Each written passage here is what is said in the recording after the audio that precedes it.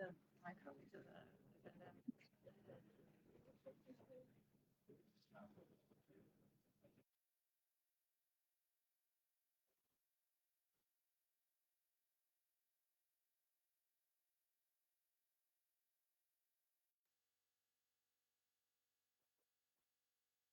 That one go. Everybody got too quiet? Can't believe it, I hear you. Hey, we got it now. Yeah, you got it going. Well, the big test will be when, Commissioner Johnson goes to speak, we'll see if we can hear him. Hey, one thing about it, he's staring you right now. Yeah, I'm used to that. Tax dollar at work. There you go. You don't have to listen to Rich.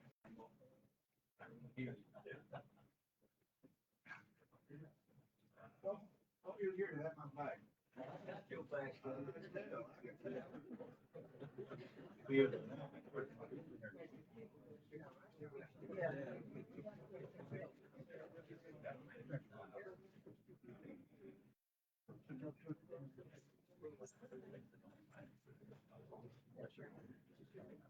Can you hear me now?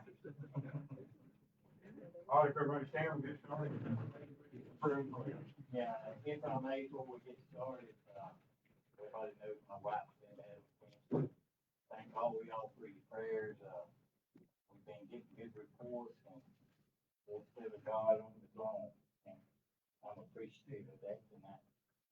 May we all pray. Heavenly Father, we thank you so much for this beautiful day you bestowed upon us to enjoy. Lord, we look around tonight, this conflict, people in harm's way. We just don't understand because we know you are Lord of peace. But we pray for peace tonight. We pray for calmness. We pray for our country and our leaders and decisions about to be made. Lord, just help us to make it through this without a lot of lives being lost and things go in your magnificent will. Bless these men that's appointed to these positions tonight as they deliberate Holmes County's business. Let it be in the center of your will, and we'll give you praise, honor, and glory in Jesus' name. And everyone said, Amen. salute, pledge. I pledge allegiance to the flag of the United States of America and to the republic for which it stands, one nation, under God, indivisible, with liberty and justice for all.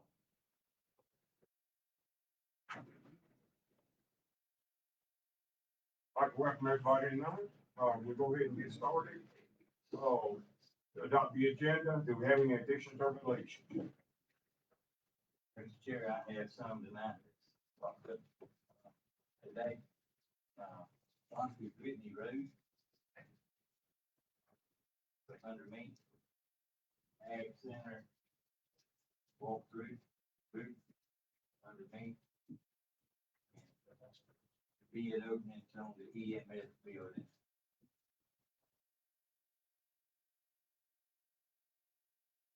All right, anything else? Sure. Yes. If it's all right with you, I've got the ditch dirt policy underneath, it's also an agenda item, so just permission, we can move that up. Yeah. And then I would also like to add, just for discussion purposes, the RFP for insurance, healthcare insurance. All right. Mr. Chairman, on the Bond Creek Whitney Road items, can we add that as number one, as agenda item, so this is take on up. As a library. You want to do it, under the Commissioner Tom? No, above, single member district, Mr. Eight Council, just put it above this, under agenda, because I believe we had to leave early in the discussion.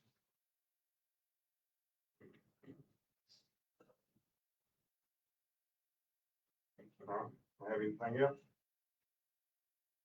I had a couple of add-ons. They're on that sheet. Okay. They're on the sheet that I gave. The engineer and evaluation and then the board management update. Is that two? Yes, that's right. Great. Then you got John Feeney. All right. And and we've got the interlocal agreement for planning services, Mr. John P. Anything else? Do I hear a motion to adopt the agenda? So moved. Have a motion to hear a second? Second. Have a motion to second, any discussion? How's the vote? Yes. Yes. Yes. Yes. Yes. Next item is adopt the previous minutes, this is for the regular session, March 17, 2026. So moved. I have a motion to approve the minutes, do you hear a second? Second. Have a motion and second, any discussion? How's the vote? Yes. Yes. Yes. Yes. Yes. All right, we'll go down to the non-agenda audience. We have, three to speak on it. And then, this time, this is in the non-agenda already, so it's limited to 3 minutes. We'll start out with Ms. Marie Bowman. Good evening, gentlemen. My name is Marie Bowman. I live on Coursey Road, over in Westville. We all know that 2 years ago, there was a fatality on Coursey Road. Can you hear me? Yeah. There was a fatality on Coursey Road. A young gal named Peyton was killed, at the top of the hill where Beulah Anna Baptist Church is. My community came to several meetings. We talked about some possibilities of some things that could happen to curtail the speed on Coursey Road, as well as the trucks that are going down Coursey Road, and specifically in front of Beulah Anna Church, where the road goes from 21 feet wide down to 16 feet, and the cars are coming, meeting in the middle. Since the fatality, there has been 2 accidents there. One very recent, the last 2 weeks. 2 weeks ago, there was an accident. So the community is a little bit concerned, so to say. We don't want to repeat of what happened, young mom died. What has been done, like I said, our neighbors have been here to the county commissioners meeting. We did speak with Mr. Newsom. We've had several of you out there looking at the area, surveying the area. We've talked about the speed bumps that were removed, which we very much would like to have back. Horsey Road to curtail that speed. The trees have been cut back, and I have spoken to Mr. Corrigan, and he's going to address that again to cut those trees back. But we want to talk even more about getting, the sheriff out there and somebody to sit there. They're occasionally there, but not one of the neighbors have ever seen anybody being ticketed for speeding down that road. Now, I will tell you from personal experience, my husband was getting the mail the other day and something's going down. I'm gonna estimate 45 miles an hour, the speed limit's 35. He did this to the person and they gunned it going even faster. So, sadly, this is the mentality that we do have of some people. But we want to curtail that. How can we do that? Again, we'd like to see some speed bumps put up. We've talked in the past about the flashing lights that, when you come upon the hill, it's a blind hill. Until you're at the peak of that hill, you cannot see what's coming on the other side. With the vegetation that grows, it's an illusion that puts you over toward the mill. So again, now you're driving and both sides are going this way because of the narrow road and the vegetation, and it's just a disaster. So possibly having some warning lights, letting you know that, here is a blind area that you cannot see over there. And again, police presence. We would love to have more police presence in the area. We know that we're a big county, mile wide, resources are slim, but the community really does want to be able to bring this back up again to everybody, start the discussion so that we can make something happen to have our roads safe. We don't even walk anymore because it's that bad. I thank you. Thank you. I'd like to make a comment on that. I had spoken with her earlier about this, and I've got some checking today with our, one of the engineers, Mr. John's right there. And he's checking on, there's a motion light, like a caution motion light that you put on each side of that hill. That when you come from one side, it lets you know that cars coming from the other way, slow down and get over that hill. So he's checking on that, see what kind of calls, and if that'd be something feasible that we could put on that hill. And, look at some other options or something we might do to make the road a little safer. But I'm in that area quite regularly. I do see a lot of John deputies right around that area, my other road there, Prescott's old stores. I don't know if they're exactly on that road, but I see them in the area. Matter of fact, they came out the other day and FHP come out on that road. So they're close by, they're not sitting there on the road. So, All right. yeah.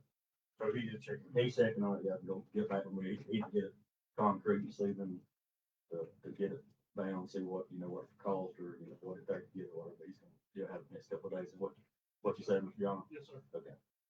All right. Mr. Chairman, I talked to the woman today, we don't cut the vegetation. All right. We got it took care of. Yeah. All right. Yeah. All right, let's go down. Yes, ma'am.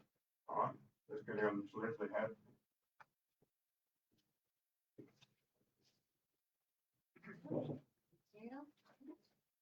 Good evening, Commissioners. I'm Leslie Hatfield. I'm here on behalf of the Holmes County Chamber of Commerce Board of Directors.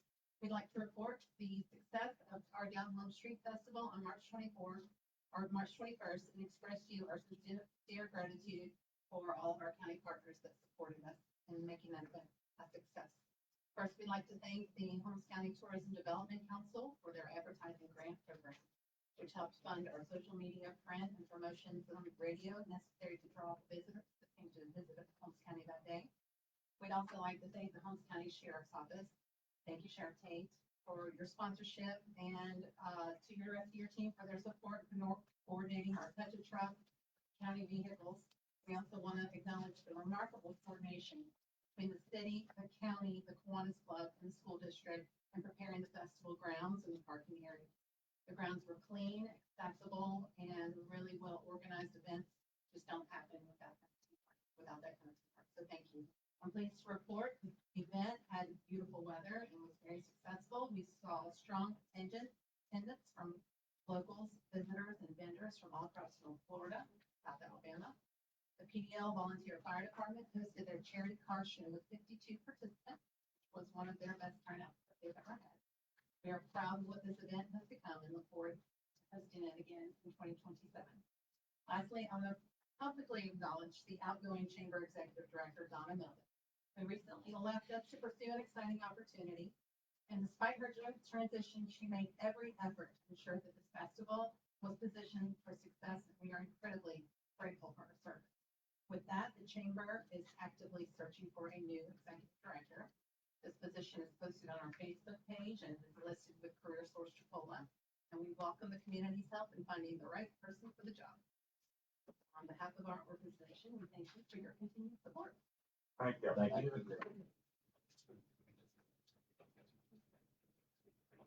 All right. Jordan Salmon.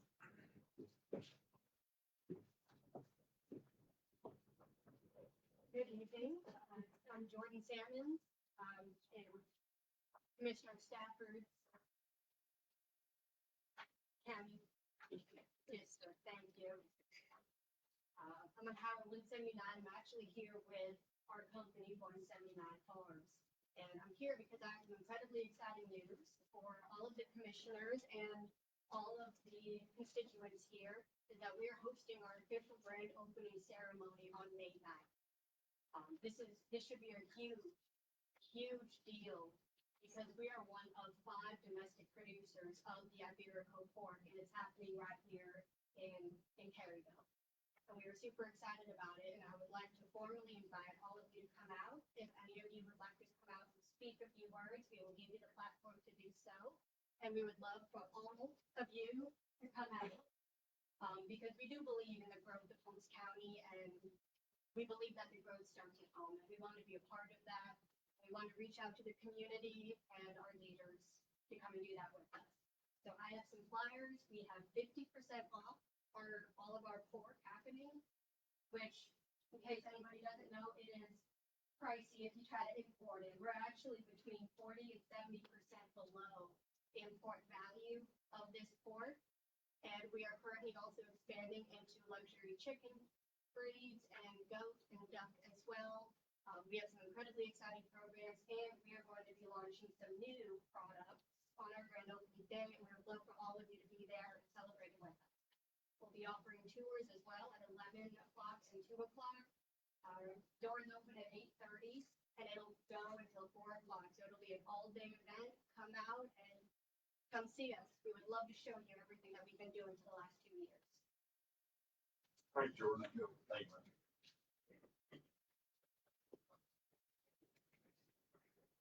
We're going down to the agenda items. The first one is the Bonnie Brittany Road, is that? Yes, sir. Yes, sir. I just wanted to talk on Boston Getting Road. We have a landowner here, Mr. Mike Ellis. He probably could enlighten us a little bit more of what's going on out there. As you know, we started a pavement project, the second phase of the pavement project, phase one that we initially applied for back in 2015. And we are in the process of paving phase two. During that process, in that 10-year process, from the time we were able to get our permits from water, Army Corps and Engineer, until just recently, where we started seeing some growth out there, and there's been some other issues happening that I think the engineers hadn't looked at the time because it wasn't there. Mike, do you mind, Mr. Allen, do you mind enlightening us on what's? No, I don't mind at all. Thank you. I'm at, 2772 Bonifay Brittany Road. And, we've got a few problems out there that I think is gonna multiply once the road gets paved. But what I wanted to start with, because we did have a little bit of problem, with the project, some of the landowners from the pre-construction hearing. And so the first page on this packet is Thank you. the statistics from the U.S. Bureau of Census Bureau. And you'll see that from July of 23 to July of 24, the state of Florida is growing at a little over 1,280 people per day. So when you go a year prior to that, it was right at 1,200 people per day that the state of Florida is growing. So when DOT takes on a project anywhere in the state of Florida, you can't make me believe that they do not see these kind of growth numbers. So I know this Bonifay Brittany Road project was a 5-year project. It started 5 years ago. Well, what happened is there on the east end, we developed some lots in there, 9 lots. We were going to develop 21, but one of the adjoining landowners decided he wanted to buy some lots, so we let him have them. But what's happening down there is when the project was first designed, it looked at driveway culverts, existing driveway culverts. And on page 2, you'll see your lot 1 is circled. That was a 2-trail road that went to a deer stand. So engineering put that driveway into the plan, and no other driveways got factored in that because there was no growth out there 5 years ago. But now there's growth. And I do think we worked with engineering. I believe we've got some resolutions on that. I believe there's some change orders that's been submitted to DOT. And because I know my driveway culvert's been put in. I didn't hear back, but I know they were gonna try to get a change order on it. I hope that change order involves making those 9 driveway culverts exactly like every other driveway culvert on Bonifay Brittany Road. I hope it does that. But the problem that we've got today starts with lots 8 and 9. When I first bought this property, there was about 15 acres, and there was a low spot down there. So what we did is we went in and we dug a pond when I was having the land cleared. Just dug a little pond, right in the low area. When I sold to one of the neighbor property owners and kept 2 lots, it just so happened that the property line on those 2 lots went almost right down the center of that pond. So when God built this great earth, he decided that water was going to run right down that property line. What happened when engineering came in and they built designed the road, coming from 2776, which is 1 lot, and 2772, the other lot, is 2 little rises. So it all comes down to 1 spot. God intended for it to run right down into that pond, or which was a pond, but on into a branch on down into the woods. But what's happened is engineering has designed that ditch to stop. The water just pools there. When I addressed it with engineering, they told me that was the design. It was designed to fill up and then run over. And you can see as you flip through those pictures that metal T-post is the property line. You can see the water fanning out there. Myself and the other property owner are open to any idea that the county, DOT, engineering, whatever you want to do out there, we're open to it as long as we can have some type of mobile ditch out there. But these pictures that you're looking at is that road in its current state. I know it's muddy, it's a sloppy mess, that's just understandable, that's construction, I'm not complaining about that. But I want you to look at the volume of the water in those pictures, and that is a pervious surface road. Once that road gets paved, there's gonna be less perking into the ground, and there's gonna be more water coming there, we're gonna have a ton of erosion right on that property line. Because of the nature of the fall, the pond is already silted in. You can see that in the very last picture that it's silted in. Again, Mr. Neller and I, we're the property owners. We are very open. We're not wanting to charge you anything for this. We're not trying to get payment of any kind. What we would like to see is some kind of structured ditch so that it channels that water the right way. You can put it in the pond if that's what you want to do. If you don't like the pond, you can take the pond out. We don't mind. Whatever you want to do, we'll give you easement, we'll give you whatever you need. We're not asking to sell you anything. All we're trying to do is get you to encourage DOT and engineering to do a change order that will address that drainage at that one spot. So, Mike had reached out to me, since this is my district, I reached out to, Sam's and Mr. Jay. And this, you guys want to come up, kind of talk on it, we discussed this. So this road, and I'll go back and say this wasn't a 5-year, this has been a 10-year project, because it started in 2000. My predecessor actually started this project through a 5-year scrap and Scott program in 2015. However, it's funded, we were only able to do phase 1 of that project, and that kind of stopped there at Ivy Bush Lane, I believe. So we continued the second phase, which 5 years ago, that's when that came in, the second phase part. And we got hung up with, Army Corps of Engineer permit. We waited almost 2.5 years before the Army Corps of Engineer permits were finalized to get that done. So during that whole process, Mr. Alvis is correct, there's been a lot of changes done.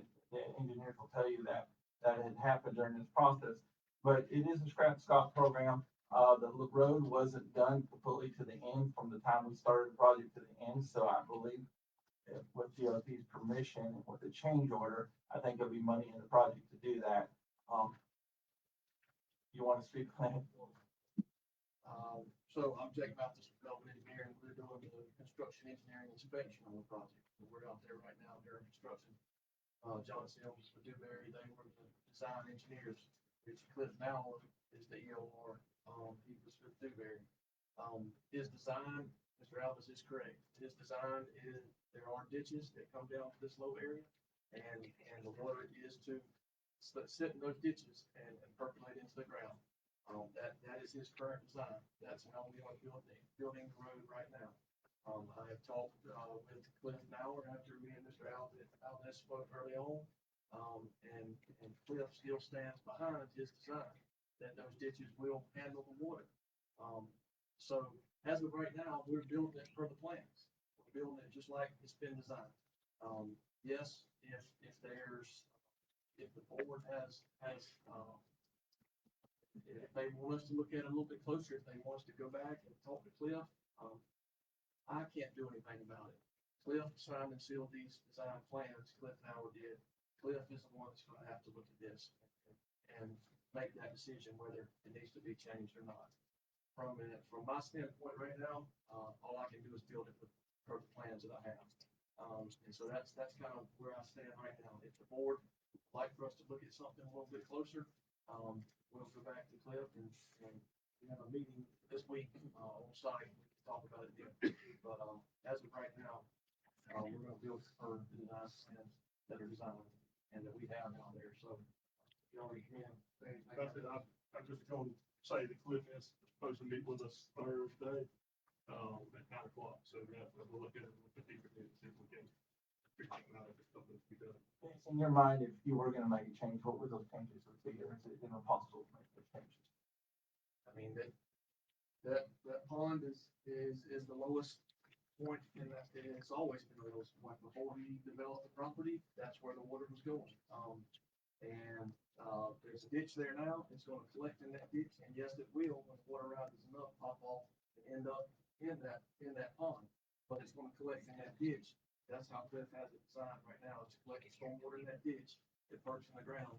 We get a major rain event, it comes up, pops over, and goes off into that pond. That's the way it's currently designed right now. So when it pops over, do you think it'll pop over the road too, at that point? It could, yes. And that's my concern. I mean, we're spending this much money on a project, and like I said, no one's at fault here. This has been 10 years in the making. Should have been looked at, come back and look at it a little closer. I know we had previously done a paved road, and we have that similar issue going on, and I just want to bring this to the board's attention. I appreciate Mike bringing it to the board's attention. Because here we have a multi-million-dollar road, and we got water crossing it, where it could have been prevented prior.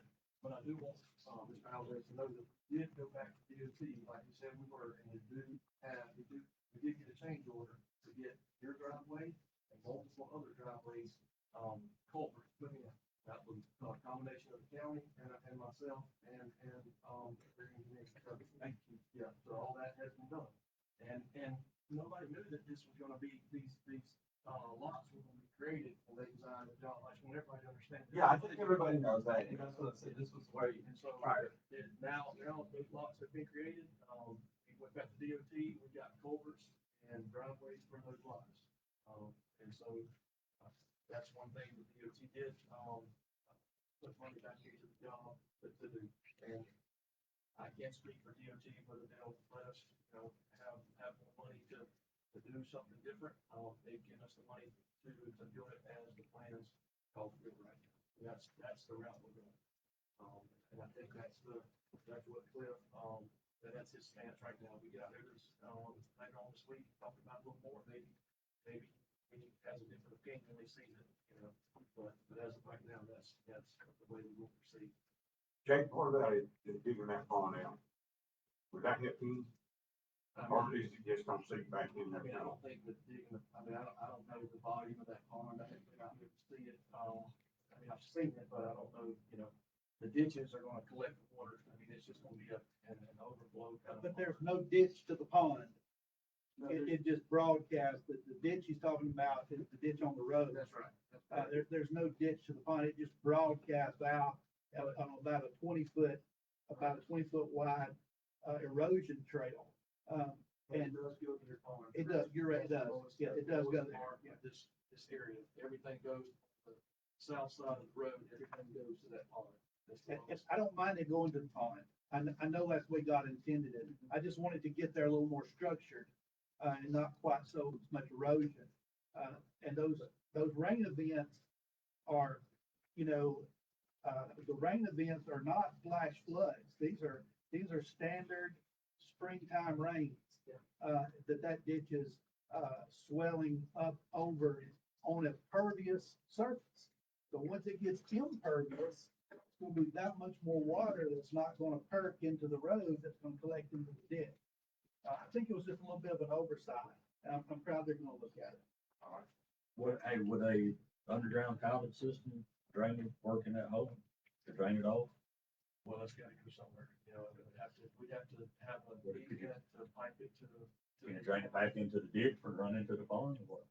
No, it would come from the ditch to this pond, because this pond's the lowest in the area, but that's off the right of way, that's a problem. So we gotta stay within the right of way unless we get some sort of easement or something to dig a ditch or to run a pipe. Well, the easement be on his property, wouldn't it? That's correct. That's correct. Jake, you know where they just have sand do their business? My biggest concern, and I see your concern, but my biggest concern is transportation and how road is designed to be, for vehicles. And I've been out there, just had a recent rains, and it don't take much for it to get up there to the edge. If you're gonna pave that thing, I don't want it to be sitting with water, like, that would get raining. I would like to just go ahead and make a motion for the board to have our engineers look into doing the change order to DOTs, just to see if it's possible. Then you remain the funds that we might have in this project. And if you guys see fit, DOT says, okay, we can move forward to that. If not, then we did what we do to do what, to to look at, you meet Thursday, you said, you know, you meet out there Thursday, look at it on DOT, make any recommendations, and if it means when Mr. Ellis to take easements, make a bigger area, just put somewhere to take care of the problem, whatever we do. I mean, I'm not saying, and I understand what you're saying, I talked to you offline, I mean, it is a low place. Water's gotta go somewhere. You know, I just wanna try to keep as much of it off the highway as we can. That's my motion. All right, motion on the board, here a second. Second. I have a motion and a second, any discussion? How's the vote? Yes. Yes. Yes. Yes. So our plan is to meet with Will at 9 o'clock on Thursday and see if he can come up with something. Yeah. We'll go back And to if the. DSP is agreeable, or Mr. Ellis is agreeable for easements or whatever, just get it out plan, if we can, we can, if we can't, we'll try. It's too nice of a project not to fix it now while we're at this point. Thank you. Okay, before you leave, when you go past there headed west, in that next spot where the new cover is, what's gonna happen there? We're meeting on that. Yeah. Yeah, like, we're right, understand, he put it on Thursday, yeah, the 9:15. Okay. Yeah, so, yeah, we gotta get to that, but it's myself, the two engineers, all right. Thank you, appreciate it. All right, we're gonna have the next agenda item, single member district, Mr. Eddie Mel.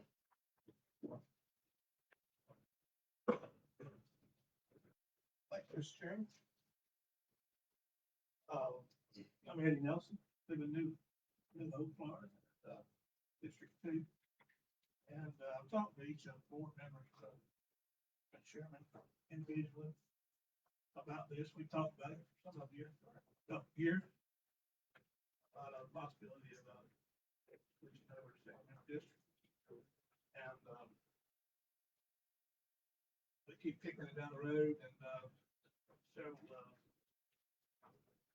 people have asked me to just come up here and present the case. So that's what we're doing here tonight. Just want to give you a presentation, a very brief presentation of what a single member district might look like.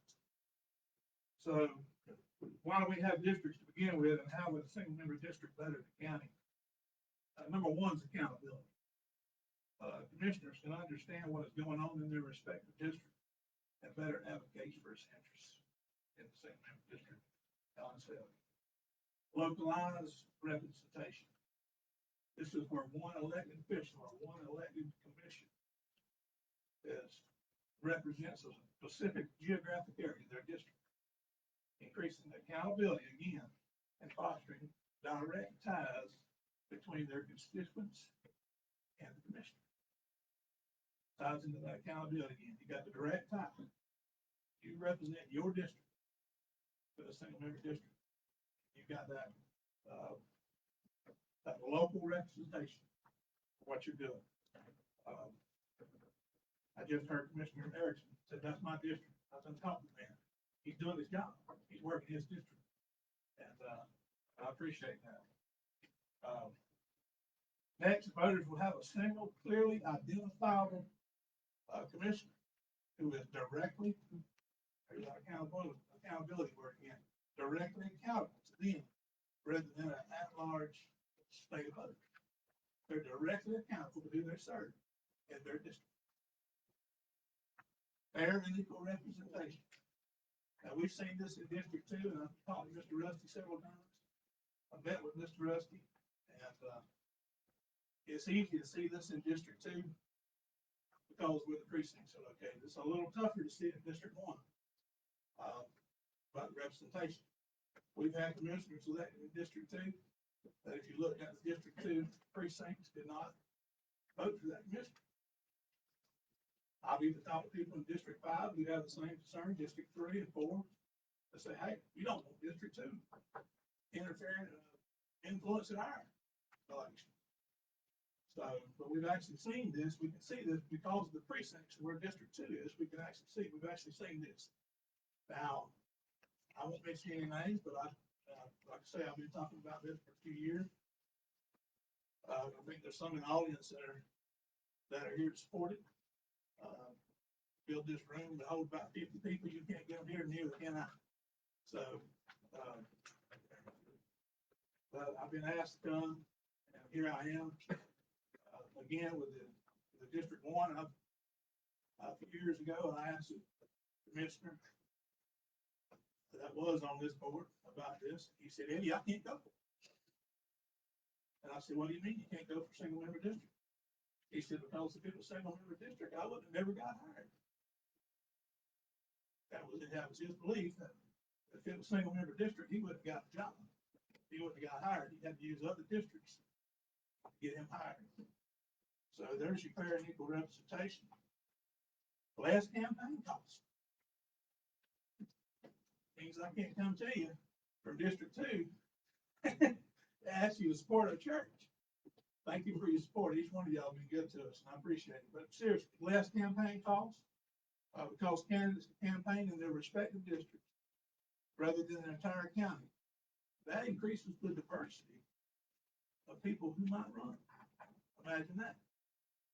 So, just responsible for your district, accountable for your district. You're asking people to hire you in your district.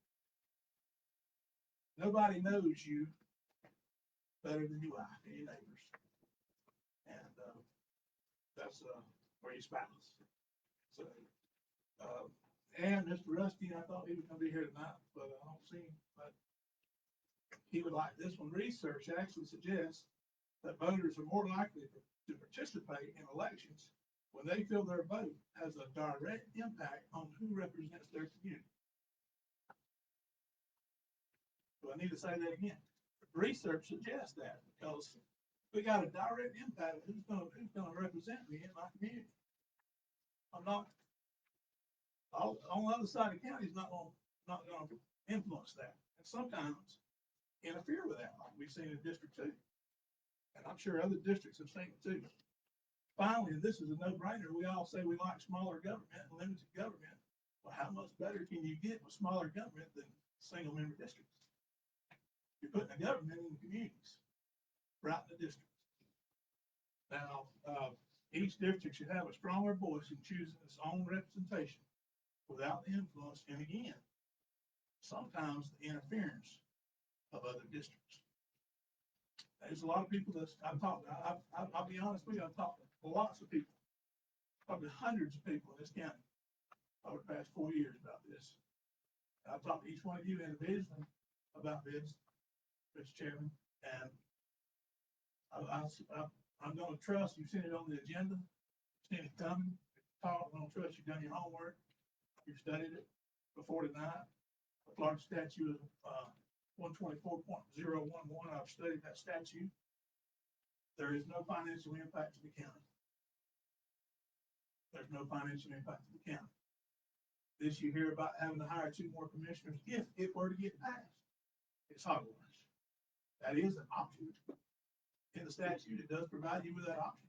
You can, if it got passed, you can add 2 more commissioners, and those two additional commissioners will be elected at large. I don't think Holmes County can afford two extra commissioners. So that's just an option. There's other options there, but you don't have to change anything. Per the statute, there's no financial impact other than a minimum cost to add it to the ballot.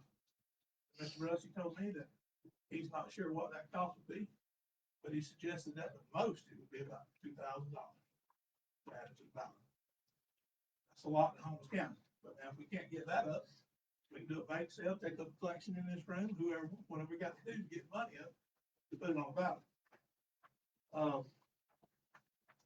I said all of that really unnecessary.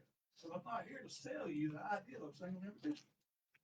I'm sure there's some negative consequences to single member district. I think I've heard some. And I respect those consequences to single member district.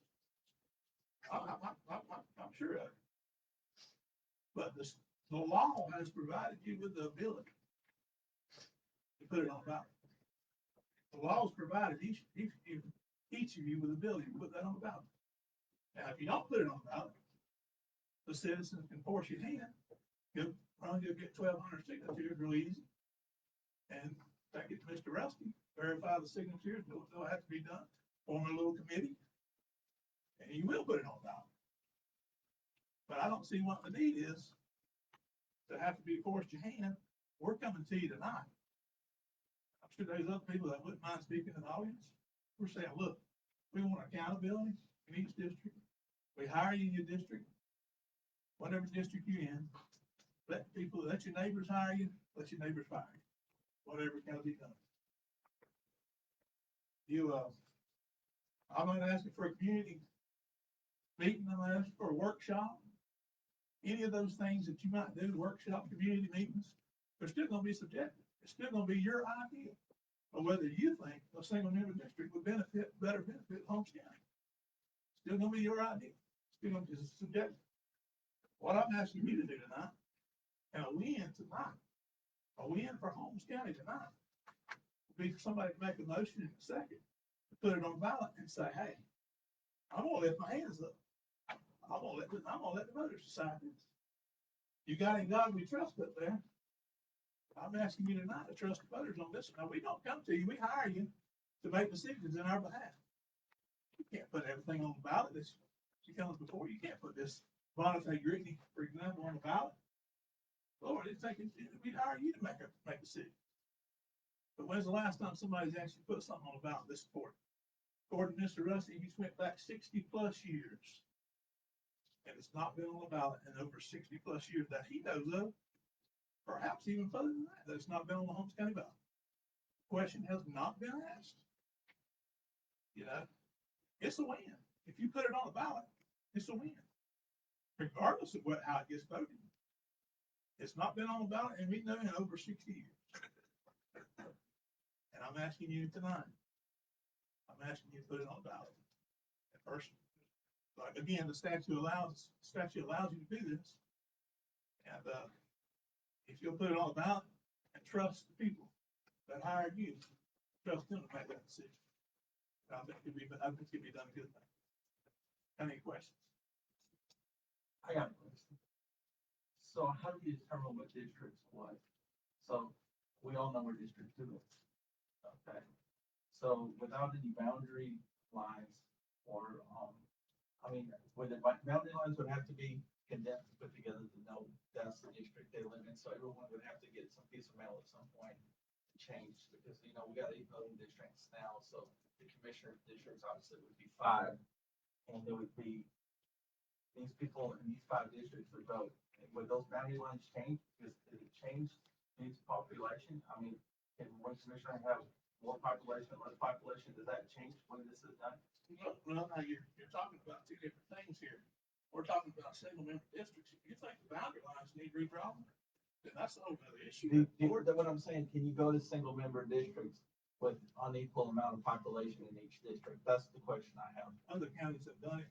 There's about, I think, like 16 counties, about 30% of the state of Florida right now is in single member districts. So how many are in District 2 right now? How many voters are in District 2 that vote? I have no idea. Well, that's the question I'm asking you because I've done my homework and that's what I'm asking you if you've done your homework. So I want to know how many people vote in District 1, 2, 3, 4, 5. You don't have no idea. I tell you, Just give me an estimate. I tell you who does. No, I'm just asking you an estimate. What do you Are think? you talking about this by-election or fixing? Yeah, there's 2. Just say District 2. How many people are in District 2? Probably about 300. So you got 300 people. You're saying those 300 people are going to vote for one commissioner in your district to make decisions for the whole entire county. That's what you're proposing. I'm proposing that those 300 people decide who represents them in District 2. But they represent the whole county, so they got to make decisions. We make decisions for the whole county. So your proposal is to have 300 people to vote in one single member in District 2 to make decisions for the whole entire county. And again, I think voter engagement is going to increase for single member districts. No, I'm just asking you. That's what you're proposing. Historically, the way it is, about 300 people, because probably those 300 people in District 2 said, well, the other 4 districts, especially west side of the river, don't choose their commissioner. Well, historically, we have 12,000 voters, but we don't get not even half of them to show up and vote already. Here, all of 50 people estimated, and that's something, you built this round to hold about 50 people, you can't get them here, neither can I. But, and that's the thing, you just say the voter, just say the research that's showed that this will increase voter activity. So it's gonna, like I say, that's what the research suggests, but let's just say it don't increase it. 300 people are gonna decide in District 2. You're exactly right. Now, do you want to interfere with that? No, not District 2. I'm talking about for the whole entire county. So they don't make a decision. They're gonna decide who represents them. understand that, but when that person's decided and you're sitting up there, that person is voted on by 300 people and they're gonna make the decisions for the whole entire county. That's what I'm asking. That's what you're proposing. I'm proposing equal representation. If you think about it, that's a whole other ballgame. Well, I talked to Rusty about it and that would have to be redone because you would have to determine the population and what would have to be there in each district. So I mean, you're changing your voting districts, which that's okay. I mean, if that's what we want to vote on to do and send it to the public for referendum to vote on, that's fine. But we gotta do a proposal for the districts, how many people are living in each district, because we don't know if there's 300, 500, 600. And that's what I'm saying. We have to determine how many people, because those are the people who's gonna be voting in their representative district, like you said. Mr. Chairman, if you may, I disagree. The statute does not require any redistricts, district to be redrawn or a reevaluated. That would be something that would be a whole different ballgame that you would address with the state and get approved. And How do you know though that you are in that district? If you're like, I'm in Bethlehem area right now. I'm in District 5, but my card says Bethlehem. It don't say District 5. My card says what district about, what It says district? what precinct. It says what precinct. It says what district you reside in, where you voted in a separate precinct. Your precinct ain't the same as your district. Do you see what I'm saying? I see what you're saying. Okay. That's a question you have to ask Mr. Rusty, but I'm researching. Yeah, they have to be redone. That's what I'm trying to say. One 24.011, it does not, there's no language in there that talks about, redraw the district line. I think it might be a good idea, but that's a whole different issue, and to put the two together is complicating what I'm here to address tonight. I'm here to address the single member district. If you think the district needs to be redrawn as a result, then that's a whole different ballgame. You got to complicate it. That ain't what I gather from it. I mean, that's what I'm reading. Because right now I live in District 5, okay? But my voting card says Bethlehem District, which is not District 5, doesn't coincide with that Bethlehem District. The District 4 is in Bethlehem. You vote in Bethlehem, correct? You see what I'm saying? That will have to be redefined. I'll get arrested. So that will have to be redefined. And I'm all fine with it, but those are expenses that I'm just saying we would have to look at because they have to be done and that has to be looked at. If I'm not mistaken, we have already, there's part of the county that votes for different state representatives than other part of the county, so I don't know how that's done. Because the representative districts are already gone. Then, it would be the same there, Exactly, you would have to redraw the county commissioner district. Let me know what's. The voting district, the voting. Let me know mistake about what I'm doing here. I'm not here to convince you to be in favor of a single member district. That's not what I'm here to convince you of. I'm here to convince you, after we know 60+ years that the question has not been asked to the public, I'm here to convince you to trust the public, to decide for themselves, do they want single member district or not? That would be a win. Hey, We got that on. And I'm with you. I don't have a problem putting it on the referendum. I'll do it. But first, before I do it, I want to know what the budget's gonna cost the county before we do that. I mean, throwing out numbers 2,000, 3,000, we don't have the money on this budget to go ahead and do that. My motion tonight, we go ahead and, move forward to get a price and see what this would cost for the next board meeting. And if it's something we can handle, sure. I said, hope we vote on it. Is that a motion? That'd be my motion. Got a motion on the floor. You're a second. Have a motion and a second. Any discussion? Maybe bring Rusty and talk to them about this. We see what the logistics as of what the population, you have to get the population, I think, equal out in each district. You do, and there have to be redistricting lines, which I looked into. I mean, and I do GIS every day in my day job, so I know what it costs to do this, approximate. And I've already called a couple of people and looked at this, but no, you're right. Michelle, you would have to redistrict that because even though the districts already exist, they're not defined as the boundary line for voting in each district. And we have to know what the population is in each district. Otherwise, why would I want a population of, see, the districts, I got Bonifay, Mitch has Bonifay. So if I have 1,800 in my district, here, I gotta have 1,800 people vote. If you got 300 in your district, you only got 300 people. Therefore, that has to be equaled out in the county. Well, I'd say I am Rusty, I'm called Rusty, but I've still got some questions about it. Yeah, I do too. I don't mind. I have, Grady called me, and I did talk to Rusty, but there's just some questions I got about it, but I need you to answer, I'm not against it. I'm not either. I'm just asking all these questions because they have to be, I don't want us to jump jump to do something without knowing what they are. Yes, And again, I'll make it very clear, that if you give me a price on what it's gonna cost, and long as it's required, put it on the single member district. I don't wanna complicate things if it's not required, but if you're not opposed to letting, if you're not opposed to putting this on the ballot. Because again, we can run out and go get 1,200 signatures pretty quick, and then you're gonna have to figure out where to get the money from. But if you're truly not opposed to letting people decide on this issue, instead of you decide on it, just give it to the people to decide, give me a price. Now, I'm not interested in complicating issues that's not required by law, but give me a price. I think I can raise the fund. thank you. All right, any more discussion? How's it? But to move forward. Move forward, get a price. Yes, okay, just make it clear. Yeah, yes. Yes. All right. Awesome. All right, thank you, Steve. I will go down to Bonify Brittany Phase, 2, the resolution 26-5 and supplementary agreement. Oh, Jenny.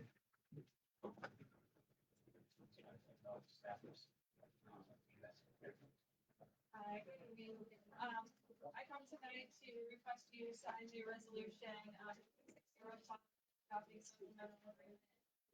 Number 4 to the existing agreement G2076 for Bonifay Brittany Road, Phase 2.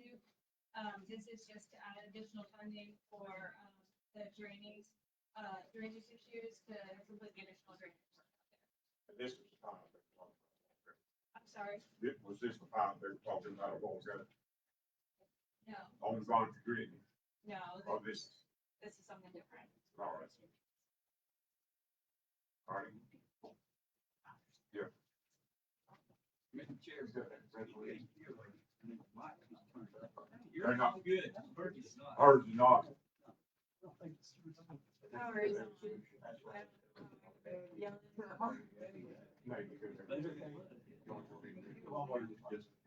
We'll let Nate read the resolution. This is resolution number 26-05, adopting the supplemental agreement 004, existing number G2076, for FPID 440-628-1-54-01 for the Bonifay Brittany Road, Scott, Phase 2. This is passed and adopted the 7th day of April, 2026, to be signed by the chairman of the Board of County Commissioners. Can I get a motion to adopt this resolution? All right, you're a second? Second. Motion and a second. Any discussion? How's the vote? Yes. Yes. Yes. Yes. Yes. Thank you. Thank you, Jenny.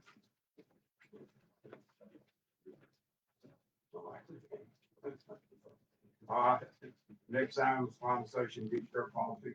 Mr. Rosenberg, we also have the county attorney, going to speak on this tonight. Do you want him to go ahead and speak before, or you want to go ahead and then, It don't matter either way.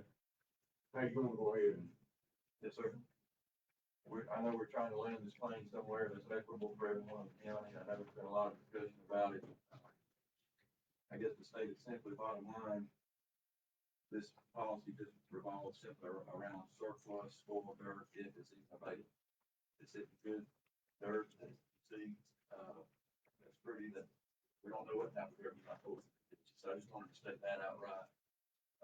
If there's any commercial value, as y'all know, we heard talk about it, report statute. The county cannot give it away, and they cannot create commercial value by treating surplus spoiled dirt at the yard. So with that being said, I did, tailor our existing policy is 25.11. The policy that I felt like was good. There was some ambiguity in paragraph C that I did clean up. I believe y'all had a chance to talk about it. I talked about it extensively with Wade. We all have made some adjustments to talk about it. I think I talked to everyone here. There's two in front of you. One pretty much is identical to what we already have, except for subparagraph C and D. And then the second one, I did take some artistic liberty and I rewrote a good bit of the entire policy. That I feel like we've, one, contained cover grass, and two, keep you from having to haul dirt from District 1 to District 5, just because we got a request and they needed a load of dirt. Um, I'd be happy to go down each line item, it won't take me very long, I know, I've got it up on the screen, I'm not going to see it, probably not, but, is there any questions, or, Ms. Earl, would you feel comfortable going down each line? Yes. Or- Go Right, ahead. yeah. Does anyone have anything they'd like to say, or did I miss anything?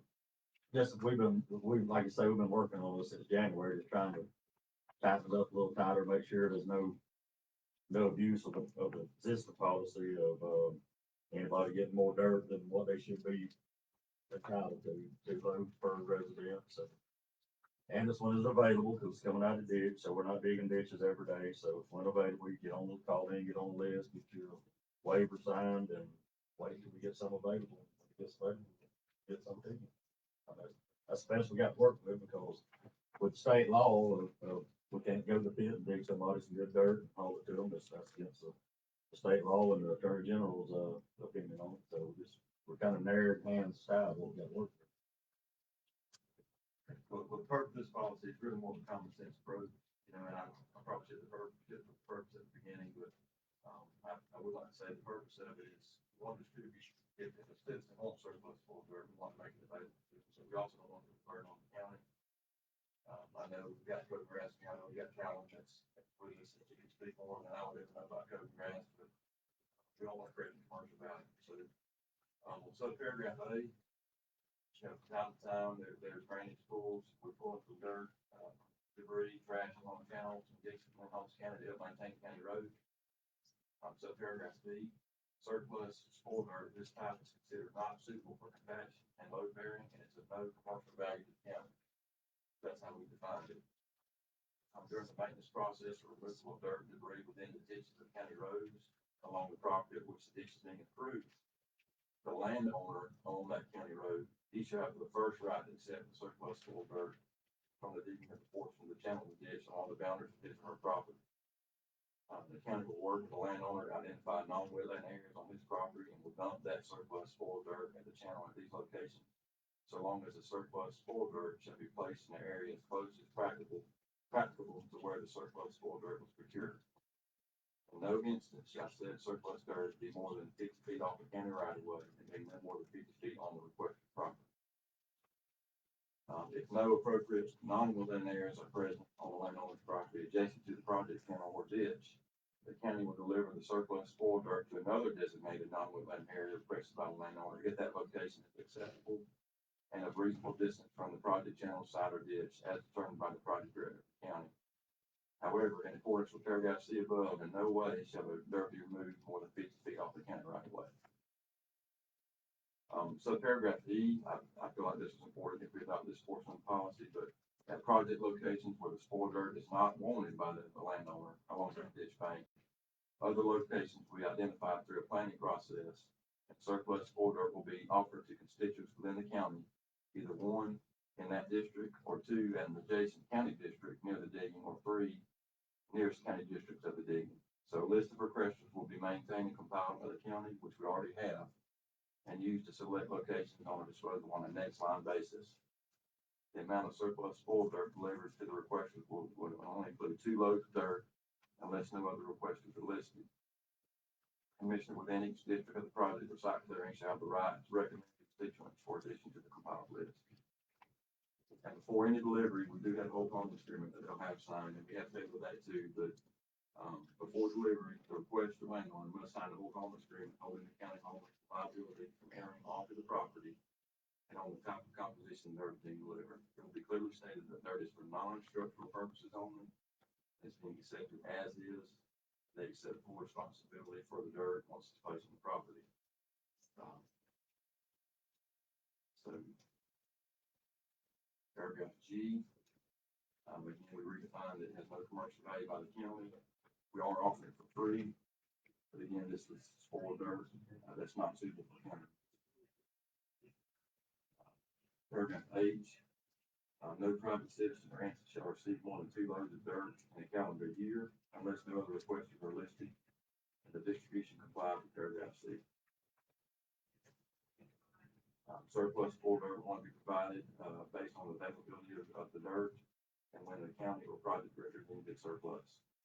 This policy in no way guarantees the availability of any non-surplus spoil dirt to any private citizen or entity, and the scheduling of all requests of surplus spoil dirt shall be specifically contingent upon the availability of the dirt and any other county resources. We're not gonna dump it, no grading, no spreading, compacting, or arranging the dirt by county employees. The county will determine the exact placement and location based on safety and access. Once it's placed in the property owner's property, Holmes County will not remove it, relocate it, or retrieve it for any reason. So it's the intent of the board to follow state law. This policy supersede any other policies by the board. And ultimately, the catch-all is the project agreement. The county is given authority to use a common sense approach to distribute surplus spoil dirt to citizens. So as not to put a burden on the county, prevents invasive spread of coating grass, to not create commercial value, which would prevent distributions to citizens per tort law, and ultimately provide equitable treatment and fairness to all applicants requesting surplus spoil dirt. If no ditches are being cleaned or dug, and no surplus spoil dirt is available. We also have the whole harmless agreement that each requester can sign. And that's one option. I know that's a mouthful, but this has been a very contentious item. I just want to make sure we covered everything. If y'all had any questions, I know y'all had it well before. And I think we got three options, in my opinion. We could leave the policy as is, as it was written many years ago. We could adopt this and tailor it based off what I just read. Or y'all can do away with it completely and not haul it at all. I'm open to suggestions and amending this and bringing it back to you if you want to. Any board members? Got any questions?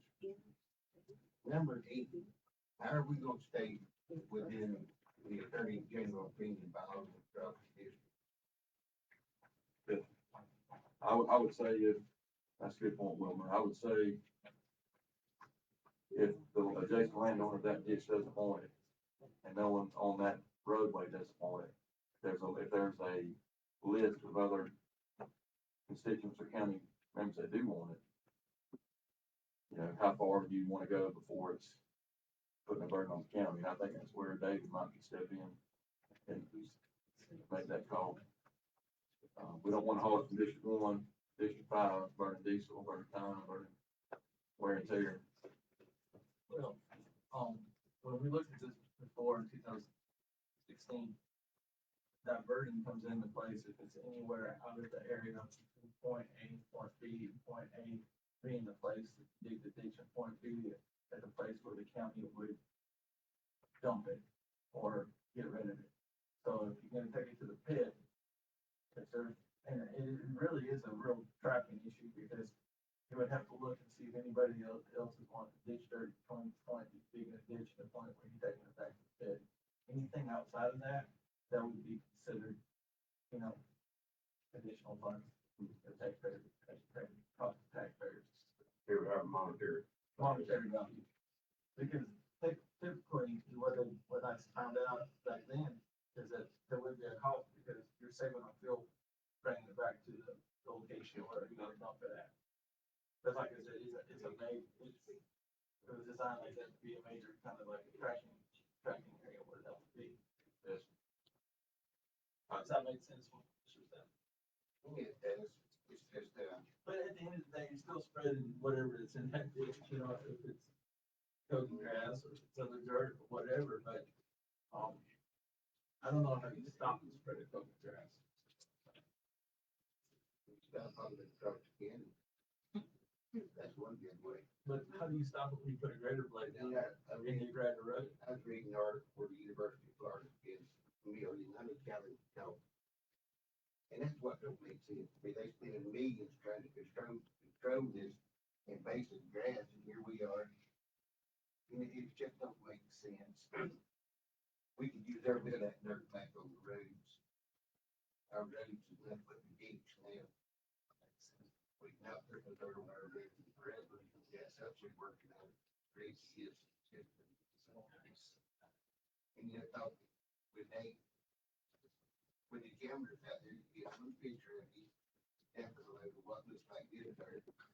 And you got to hire you lawyers, fight it, and make them get anything take as far as drinks. It's just set for somebody as a favor. And Wilmerton talked to the taxpayer, not a professional. I'm ready to see some of the taxpayers' money get invested back in their drinks. You know, last 2 years, this county has given away over 26,000 cubic yards of dirt. We've been forward from that. We can't keep doing that. There's no way in this world we can do that any longer. Get hurt. With the way our roads, bad as shape they are, if it comes a little sprinkle during the week, then you gotta run your grader operation during the weekend, Friday and Saturday, stopping the overtime. There's no game in this dirt, I'm telling you.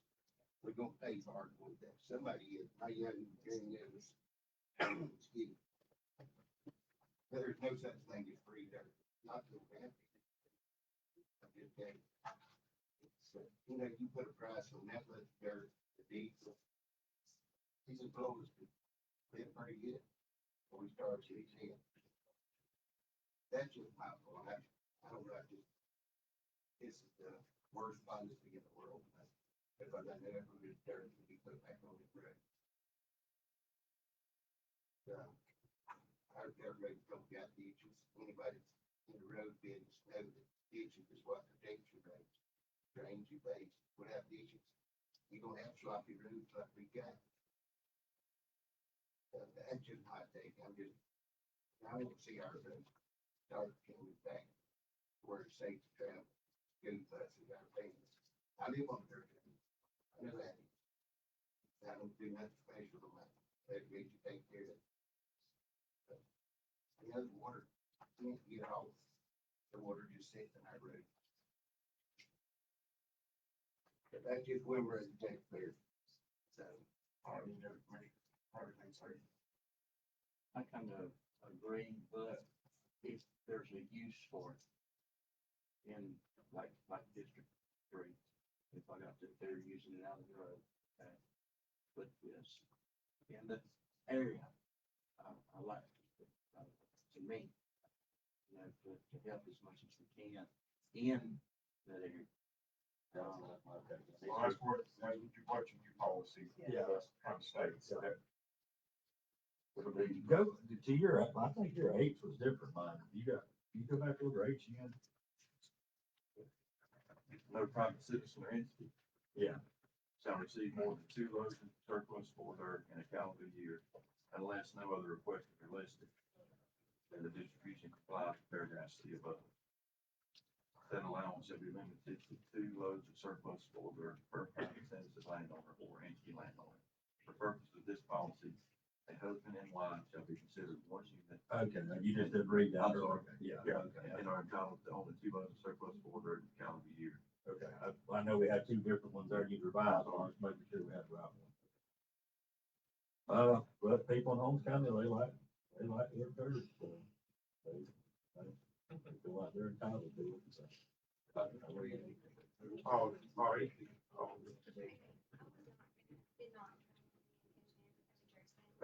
You put it down there, so we hear it. I did not know. State your name. Gracie, I'm the one that you call when you call the road department. I'm Gracie Slade. And I do take these calls for dirt each and every day. I do take the anger calls. Can you speak up, Grace? I'm sorry, they see me. I take the calls. Hey, yeah. I'm very low second. I don't mean any disrespect. What I'm trying to say is, I'm not this place, it's not like voice. When people call, this is no longer a grace that we are doing for the county. Is what I don't think you guys understand. It is an entitlement. And when people call, they initially say, I need to sign up for my entitled to loads of dirt. Okay, there are some really nice, genuine people. There are. I'm not discounting them. I'm not saying that people are not genuine to to our workers. What I'm saying is, you guys are going by the old policy that y'all changed in January. Okay, the policy that changed in January is what's not listed and not talked about. And I will tell you what it says, that puts me in a rock and a hard spot with our citizens and you guys. And that policy clearly states the property owner understands and agrees that there is 4 items. The property owner agrees that there are several more items. The hold harmless and liability release, by signing this agreement, the property owner agreed. So when I give this to the people that come to the shop to sign for their dirt that they're asking for, and they sign this form that, was made in January by the commission. It also says the final acknowledgement, which is the 5th acknowledgement of the property owner. You sign as a property owner, print, sign, date, and phone number, and then I do put down their address. Okay, I only have the property appraiser's office to verify if they're owner. I have a stack like this in the office right now that I cannot validate if they are property owners of that property or not, because they are not listed or that address is listed as an address for E911. There's no property owner of that address listed. I can't verify that. So what happens is, if somebody's mad and they say, hey, they want to add loads of dirt on their property, we send it over there. Say it's an ex-girlfriend or whatever, getting payback. And then the property owner comes up and says, I didn't sign that. And we go say, well, yes, you did. And we can't verify that. Who does that go? That goes on me. So I apologize, but I am thoroughly checking if you own that property. Because what I have and what you guys signed in January tells me I have to verify the property owner.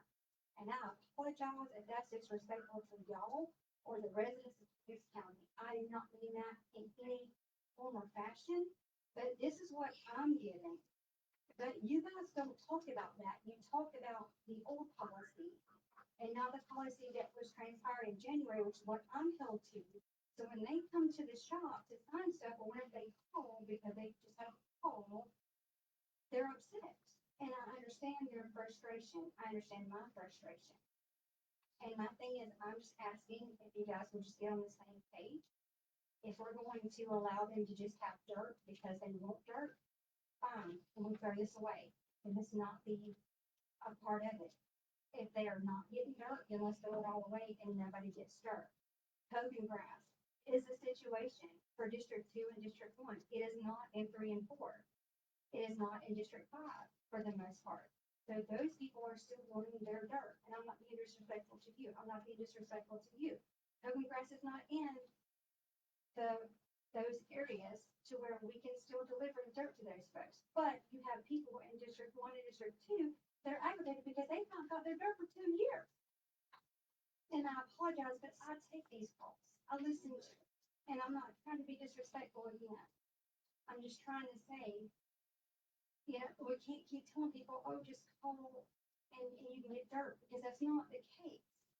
Well, that's another thing I've been talking to David and the attorney about here lately, is giving these waivers to our foremen and let them go out and meet with the residents, make sure everything checks out. Let them take care of that. They can call into you and you can reach out to the foreman, coordinate it, and to go out to the address, make sure that's who it is, make sure they want the dirt where they want it at, let him get it signed, and then get it back to you. That takes you out of it.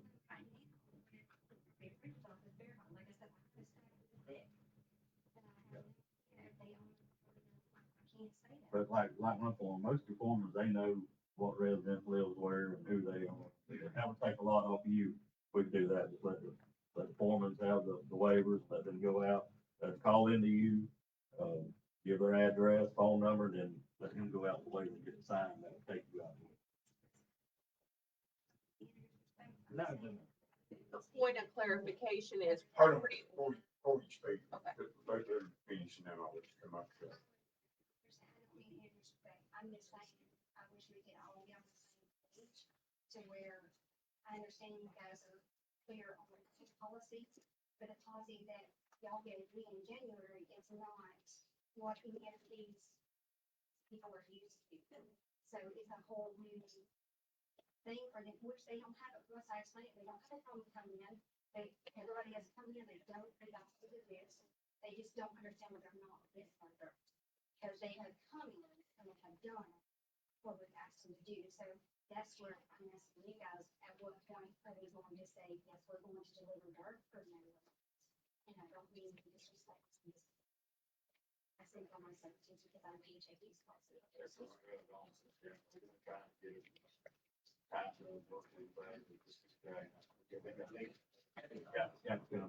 Tracy, just for information, just for your information. That paper you have that went on January, that's not a policy. That was never voted on as a policy. That was a tool that Mr. Coleman brought out to you to use as a liability waiver that Mr. Nader put together. That was never approved by the board. Okay, the policy states, just tell me, policy states 2 loads per address. It doesn't say property owner. That was put on there just for information and no. And I can honestly understand where you're coming from because I had those phone calls. I mean, tenant calls, I need 2 loads of dirt, come out there and do it. The owner calls, say, hey, I don't want this dirt, pump it, and we dump it 50 feet inside the property line. So then it becomes a problem because now you have a tenant or somebody that maybe a squatter, somebody not living there, that requested 2 loads of dirt, the property owner didn't want. And they're the ones that didn't sign the waiver. And I understand where you're coming from on that, but I'm just saying that was not a policy. That was just a tool that was put together in January. That was never, the last policy was done in 2016. So this was what I was told was the policy. No, man, that is not a policy. That is completely my misunderstanding. I apologize. If you residents. Yeah. I also want to mention, can you guys start allowing people to know instead of just dirt? We can fix their driveways. We can fix their driveways. We can't unless we have a work order due to state policies. We can't just go onto their property. But if they call and ask for their driveway to be fixed, we can fix that. How far If can you they're fix them up? right, 25 feet. 10 foot. So Policy says 10 25 foot. and our policy says 25. 10 foot policy. Right. We had determined that in the last meeting. And see, and that's the problem we have. We need to check this. We're not even going by our own policy. And that's what I said in the last meeting. Correct. Did I not read one in 10 feet? I think? Well, there's very everything there, if there's a water issue that is messing up our road, You can vote. If it's causing a problem on the county road, like on the hill, but the policy right now, standard policy is 10 foot, and we adopted that 3 years ago by DOT standards. And that could be what I'm saying. A lot of people that are asking for dirt, a lot of your people that are asking for dirt, yes, to fix their driveways because they do not necessarily understand that we can fix their, not all of them, I mean, not all of them, but a good population of them, because they don't understand that we can fix their driveways. They don't understand they have to call and request service. And the reason for 10 foot, I'm gonna say this, because we talked to DOT, they do 10 foot up state right away. When you go on, above that 10 foot, you're behind the culvert at that point. So you maintain that 20, 30 feet for Miss so-and-so for the next 7 years, 50 feet, 30 feet, that becomes county property after a certain period of time by restricted easement. And that's what the county has stopped themselves from getting into by creating this policy. It's 10 foot, that's why the state has done that. But, it's 50 feet if it's causing problems and it's a one-time easement, so you sign an easement to go in there, if that road is creating problems on the county road, if it's via asphalt, dirt, or whatever, if it's rolling down, causing the problems, you can go up to 50 feet, but that's the only point in time you can do that. Russ, you're able to get this right now. So I appreciate it. Somebody else wanted to say, I was just gonna say there's just a point of clarification because in some places y'all are using property owner, in some places y'all are using residents, and I think that's where she's getting the confusion. Which is under two different things. Jason Powell, as a contractor in Holmes County that hauls and sells dirt, I have 2 dirt pits, I haul and sell dirt out of. I don't think people realize what the value of the pit structure actually is. There is no monetary or commercial value to the dollar. and there's also no structural value to that dirt. Now, I'll ask each one of you by show of hands, how many of y'all want to load a ditch dirt in your driveway? Okay. You can have it, I mean, but, hey, I don't want in my driveway, I mean, y'all putting ditch dirt in people's driveways is making me money, because they're calling me saying, hey, I need some good dirt to go over this crap county called me. You go up along, Jackson Branch Road, looking at ditch on the north side of the road. It's full of burnt stumps, limbs, roots, rocks, all this. You haul that neat up in somebody's driveway, they welcome to it, I don't know. But to address the point of, you know, the property owner's the first one that gets the option of that dirt. Okay, fine, if they want it, let them have it, I don't care. All right, then, at that point, you know, they don't want it, then you go to the next person in line, it's the next closest. But when you have to drive past the county pit to dump that dirt, then it's costing the taxpayers. And once you do that, then it's an additional burden to the taxpayers to have to pay for that truck to go that far. I've got 5 trucks, I know what it costs to run, I know what insurance is. So now, you take that truck back to somebody's driveway beyond the county clay pit somewhere, and you fall off in the ditch, into the gold or something. I know drivers are hard to find, I have to do the best with what I can get. Some drivers ain't very reliable, I can tell you, I've ruined tires, I know what it costs to put tires on. But then you've got an added expense, you could stop with the clay pit, dump it in the clay pit. But once you dump it in that clay pit, it don't mean it's available dirt. It's done. So, once you have to load it again, then you're back into the taxpayer's pockets, loading that dirt and all somewhere else. So, my suggestion is, if you have to drive past the county pit or further than what you can take it to a county pit, then that's where you stop. That's where you stop and who gets it. If the next person on the line is past the county clay pit, sorry, you're costing us money. That's what it's stated in the current policy. That's what it's, whether it's been done or not, probably not, I don't know. I don't know. It's probably not, because somebody's got a budget to start. Yeah. And there's, you know, I know y'all are not going to dig and clean dirt out of the pit and all this stuff like that. But if you're hauling ditch dirt to the county pit, I know if your pit's like mine, you've got somewhere you can put trash dirt that ain't. I've got plenty of room to put mine. I do. If I haul bad dirt, I need to get rid of it. I haul it down, put it in bad. We got certain areas around close by, we definitely care about the field. Yeah, well, I mean, and that's fine. Like I said, as a contractor that hauls dirt, I don't care if you. Because it has no structural value. Yeah, you're in the dirt business, we ain't. Yeah, I mean, well, that's it, you know, but still, that dirt is not structural. Now, I know none of you want to dig your driveway because it ain't nothing but steel. Slick, it's nasty. You can put it down and be dry for 2 weeks, 3 weeks, a month. And the first little shower you get on, it's gonna turn back to silver. It's gonna be slick, it's gonna be nasty. I heard rumors saying that we need to be putting on dirt. We don't need to go on the dirt roads. It's But what I see, yeah, we do, we put it back out there. You just don't treat it. on there, but it is. You spray it thin, you use every bit of it.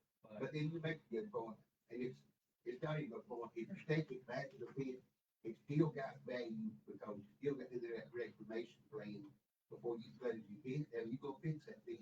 That dirt needs burden for that. But to answer your question about some of these roads and then the roads being in bad shape, I've seen some of these grades. I don't know who runs, operates any of these graders, but I don't see many of them operating graders. I see them drive. I've seen them that grade roads, and they got that blade cupped over and straight to the top. They'll stand that blade up, they'll cut that road the way it's supposed to be cut. You'll cut them washboards out. You're not gonna just put the high point, and low point, and keep going. You gotta grade them roads. I was grading. Well, right now, we lucky to have somebody sitting in the seat. Once we, We ain't got, labor is, yeah, labor is an issue for the town. but that's part of it, you know, I understand that part, but if you're having to haul dirt past the county pit to get rid of it, then you're talking, that's fair. Thank you. You have the, policy recording. Where's the motion? I'd like to make a motion to, like I say, let the foreman start handling the waivers. And, make a motion to adopt this revised policy. All right, motion on the floor, to hear a second. Yeah, second for discussion, yeah, we accepting the one that's gonna add in all of those again. Can I clarify, Mr. Chairman? Yeah, clarify. What I was, the intent was, and I think Gracie just said something there for it. I don't know what the system they have is to people on the list, but if you pull that ditch, that landowner has first did that, or anyone on that roadway.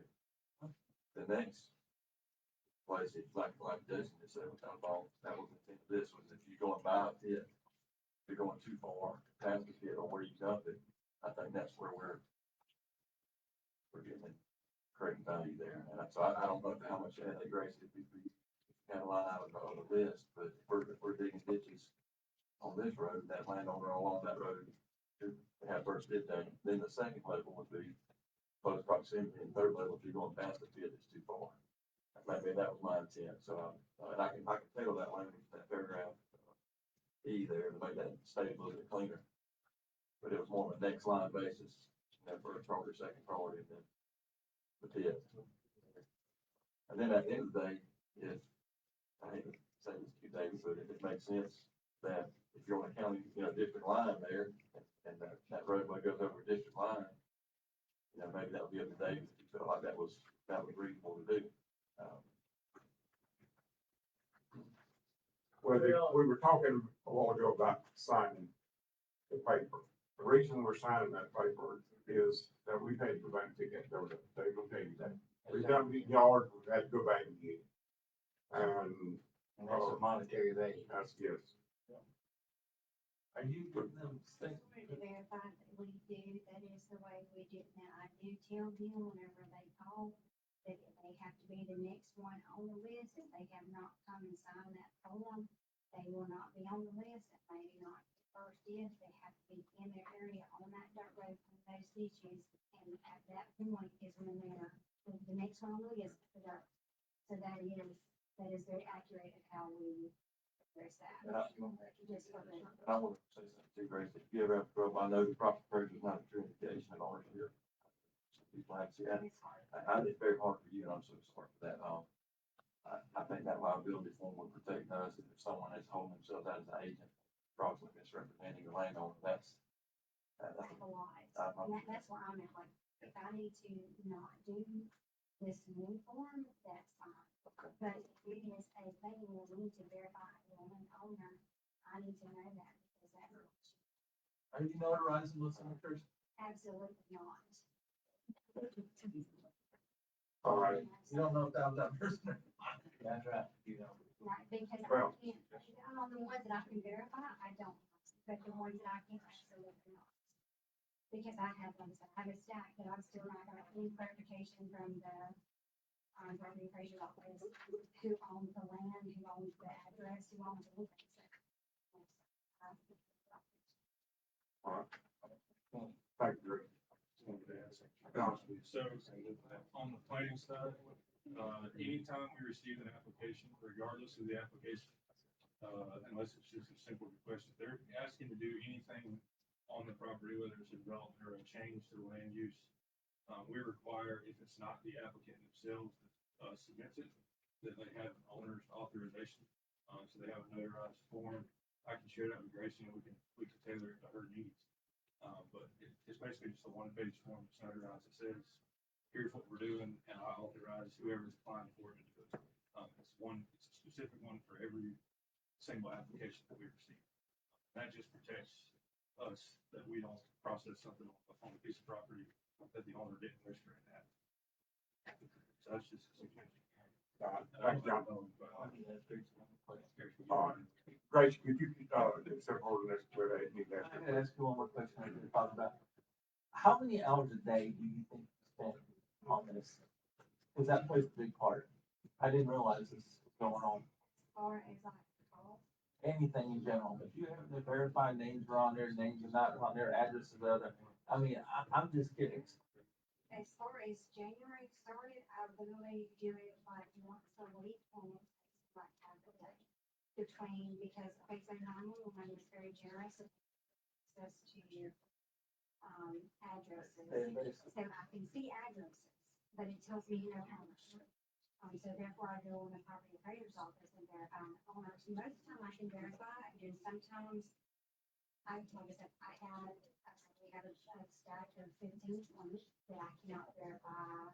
So you're verifying owner just because that paper you got in January said owner on it, even though that ain't the policy. Your understanding was, that was their policy. I overread the policy, but that was not understanding, and I apologize if that's. No, that's so fine, I'm just wanting that for But clarification. that was not understanding, where that was what y'all agreed on in January, and that superseded the third policy that we were initially going by. So if that was my misunderstanding, that's fine, please clarify. And I will assume responsibility. No, that's fine, no, I just curious, I just want, That's no fault. There's gotta be some way of keeping up with calls, people calling in, and they get it in, Well, it's a good point, I understand that. I would say 50% of my day is dirt and dirt policy and dirt. Okay, so I'm glad you said that. So this is what I'm saying. When this initially was done, it was per address, per location. So the address comes out, we done it. And I want you guys to think about this now. And you might want to say something. You're spending 50% of your day on this. Don't that add value to a non-value project? When you address property owners versus just address, that was the whole purpose it was written in 2016. Too low per address. There wasn't any question who the landowner is, because now if you're in half a day to look at landowners, now you're adding value back to the dirt. But even if you got an address, But you're adding value back to the verify dirt. that, you know, that I couldn't authorize someone to dump dirt on your, how you verify that 911 ownership? So, basically, what it comes down to is I could do that at you for some reason, and I know that it's full of dirt, they're going to deliver you. I know that we have some kind of feud, and I say, hey, can you follow up, guys, hey, can you deliver her, I needed that, but, you know, thanks, why? You know, how do they know that I was, you know, I was out, you know, and then you get.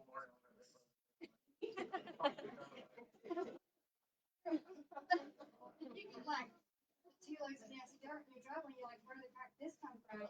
And then you come there to the rec department, and I'm like, well, your wife's pole, you know, like, and from angry. And you have witness, whenever people home, I say, come pick this junk up. You know, what you asked for, and I had always, since I had started the rec department, I have never failed. Until January, whenever I got this supposedly new policy, I always say, this is nasty dirt. In the ditches, ditch, limbs, trash, glass, anything that's in that ditch, comes to your yard, and we will not pick it up. If any citizen that says I have not taken that ditch, when they have told me last 3, 4 years, it's on the, because I never failed to say it. But I have not since January because this policy. I know. Hey, Dr. Bush, you are in a bad situation, not really know what to do. Now. Tell me what I need to do to help fill in our residents, because everybody wants to know. And that's the questions asked. Hey, George, just real quick, is there a distinction between properties versus residents versus homesteads? We've got property owner, so they're only allowed to have 5 different properties, right? Unless it's got the reason, but but no one's on that, like they're pulling dirt on a road. They're only allowed 2 loads on that road. Now, if no one else wants it, you know, that's where there's some leeway for that. So if I have commercial properties, right, so rental properties, here we go. And I'm gonna keep parking in this because I think it's important. Why not just say homestead? That's more. time for her to have to look all this stuff up. Well, no, it's one. No, I'm just saying, all this has to be looked up, all this data has to be looked up, now it becomes a cost. I think it actually limits everything to now it's just one thing. John, am I wrong? I mean, You can only homestead one property. Homestead's one property. Yeah, but someone's gonna have to go in there and find out if that property is homesteaded to this person. That's not, yeah, she's already there. And that's what I'm saying, we should be doing that because it's cost, that you're putting a cost on the dirt at that point. You're going against the policy, that's what I'm saying. That's why the original policy was 2 lots per acre. We have any more discussion? You know, Mr. Chair, I just wanna make sure everybody knows, anybody that knows me, know I wouldn't hurt nobody for nothing in this world. I'm just having to be real. And I just want to, you know, and if you judge me, there's such thing as full dirt. I'm sorry, there's not. Every bit of that dirt you can use back to reclaim your field, you're gonna have to do one day before you close that field out. All that dirt gotta come from somewhere. I'm just being honest, and I know it's not the favorite, I'm not worried about votes if I run, vote me out, but I'm gonna tell you the honest truth. Yeah, they talk polls all you want, but there's no polls in this business weekend. All right, any more discussion? All right, in the discussion, I'd like to, we need to come up, if we vote this in, we still need to come up with something to help Gracie out. And you added in your motion to let the foreman go out. Yeah, do an investigation, make sure everything's up for us, second time, get them signed away.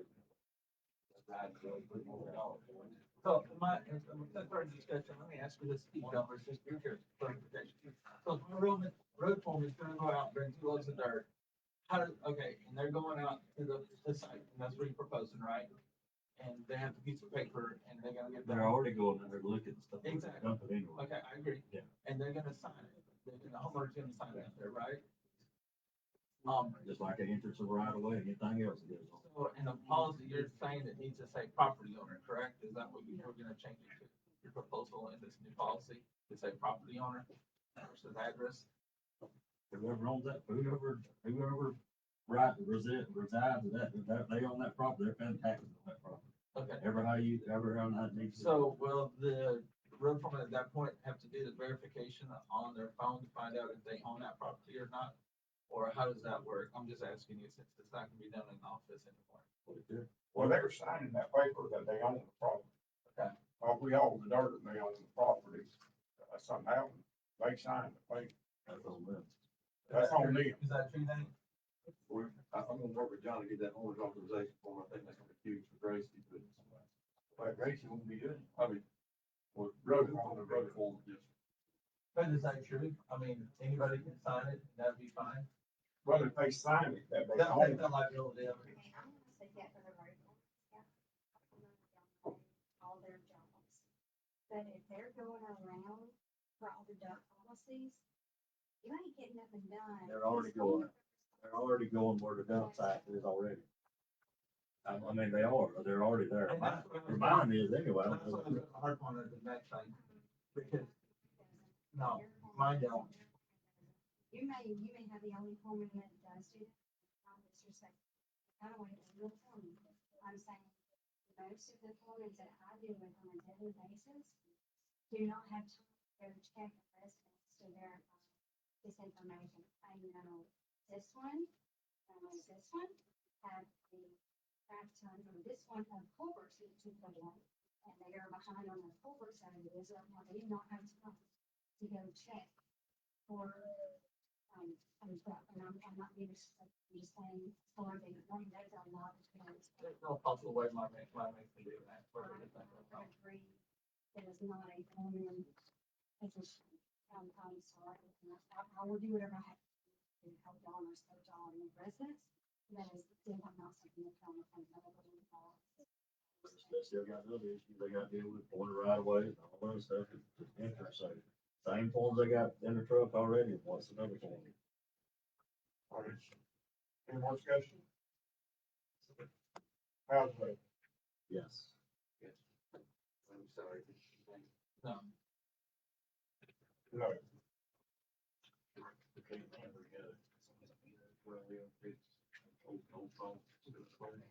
We're going to the next item on the agenda. Old policy, that's what needs clarification. All right. I voted no on this, and I'm just gonna, just tell you, this dirt hauling is the biggest problem, especially this goal. And you're not, people not gonna agree with me, but this is the problem that's called. It's called, you gotta get this and sign this, and this and sign this. And the times we've had to go back and fix the dirt, you know, it's just, it's not working. And, so this policy has been voted down. Does the board want to handle anything else on this? If not, it's gonna revert back to the old policy. And not because, And state to us back what the old policy is. like, It's the same policy. it's the same policy, except, The loophole. yeah.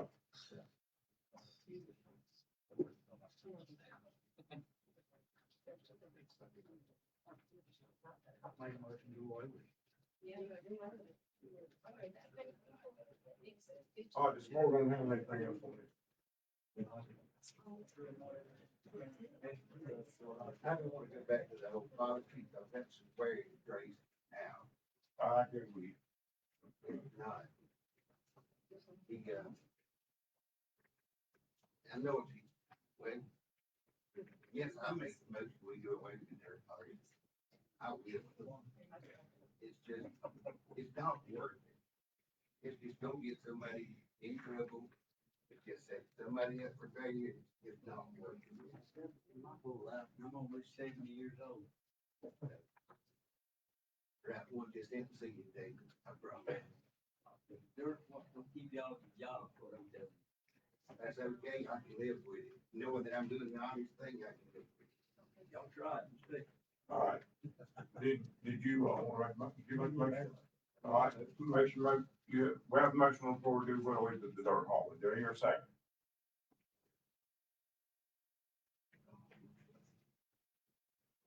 Do I hear a second? I'll let chair second. Chair being relinquished, but the vice chair's motion has been made, second been made, any discussion? No discussion? How's the vote? No. Yes. No. Yes.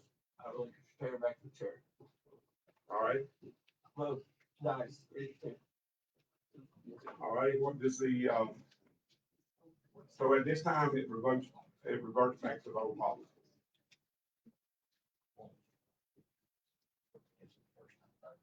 All right. I would just say that. It is. That's not guys, like, for verification, they just call, get it on the service, or whatever. Find a waiver. Yeah. We'll call it something. No, like, that's it. Don't worry.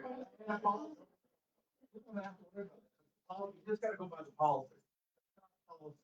Okay, but it's in terms of the waiver, the waiver, it's the only way we have.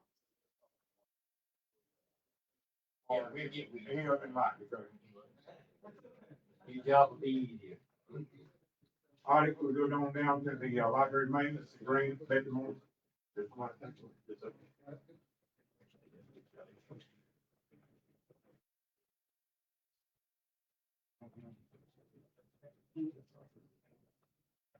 That's fine.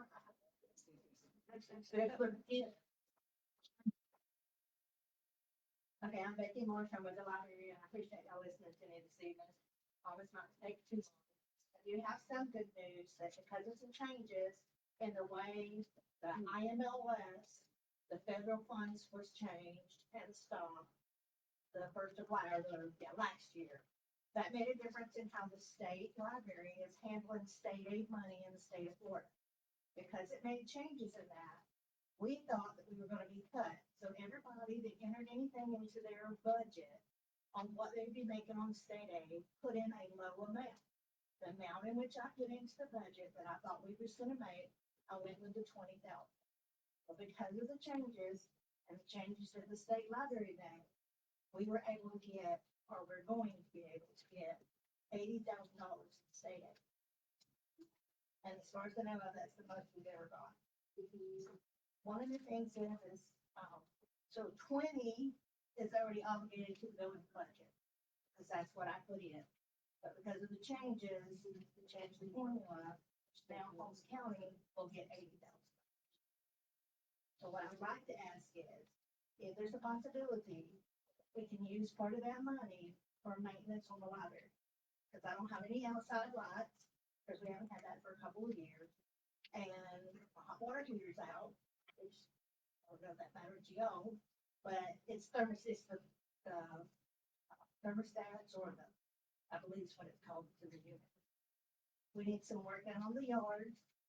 And I just wanted to know if there's a possibility that I can keep 30 of that in our budget, in the library budget, for maintenance on the building and maintenance on the electrical for the building. But is that reoccurring funds for next year too? That's what I understand. So unless the federal changes and they start making changes in the money again and all, which at this time, it's not, it's closed down. It would be something unexpected. From what I understand from the state library, it looks like we're gonna be looking at least 70 to 80 a year. So unless something changes, that's what they're saying. So you're asking us if we can use that money? I'm asking if I Well, can thank you use, for that. yes, sir. Then Mr. Becky, what about the, spray pump? You got us the trash last year. That's been put in. Oh, they have? Yeah, they have done that. They've done that. The only thing in the maintenance that I requested or that we ran into last year that hasn't been done is the AC unit. Right. But I understand that Mr. Keith is, the building inspector, is making arrangements to get quotes to get that corrected. We need So Mr. David and Mr. Keith has been handling. Very good. Yes, ma'am. But you had to remember, the spray foam used some of your new air conditioner funds. Right, but I understand from Mr. Keith that that's fine because what it's gonna cost to get another unit in is gonna be a small unit, which is a 5-ton, and we'll have money left out of that. So that's what I was told last week. I just want to make sure you remember, we used some of that. Yeah, there money would for be some of that left. the- Okay, Now, we did have to go in and fix the electrical box and Keith got a good price on that. Yeah, we had a problem with our high voltage alarm that's in our server room between our two main panels, our fuse boxes. It was alarming, it burned up, and so that was changed. And then when it kept alarming after the new one was put in, and come to find out it's a surge from, I don't remember that. It's my understanding from the electrician and the Florida Power that it has to do with the surge due to connectors inside the box on the outside of the wall. When the Florida Power Tech took the door off and inspected it, he said that there had to be changes to some of the fixtures and the contactors in that box. And that's gonna run around $700-800. But there'll be enough left over from what was put in the budget this year for the AC unit to cover that, and it has to be done, it's being done tomorrow, because it's a critical thing, because we're at risk. This is my suggestion. I would just, do a budget amendment, do a change, come back for amendment for those things you want. Go back, look what we did during, budget time, because I think there were some issues too, since this is a recurring funds. I remember I had like 5-10 cents during one salary or this salary was below about that. Look at all those issues, because I mean, if you got that much money, go back and do a budget amendment, fix those issues that need to be fixed and bring it back. If I don't, the money's there, I don't know why the board would have a problem fixing. Well, I would like to ask for Maintenance. an additional part-time position for 20 hours.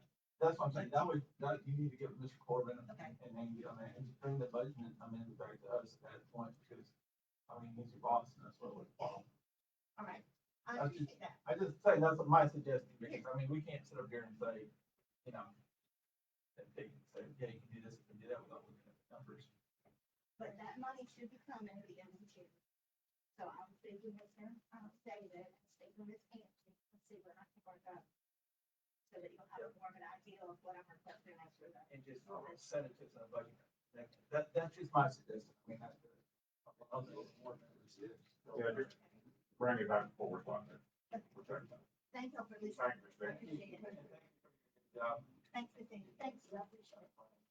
Our next item, bid selection, approval 2245 Yopon Lane, Robinson.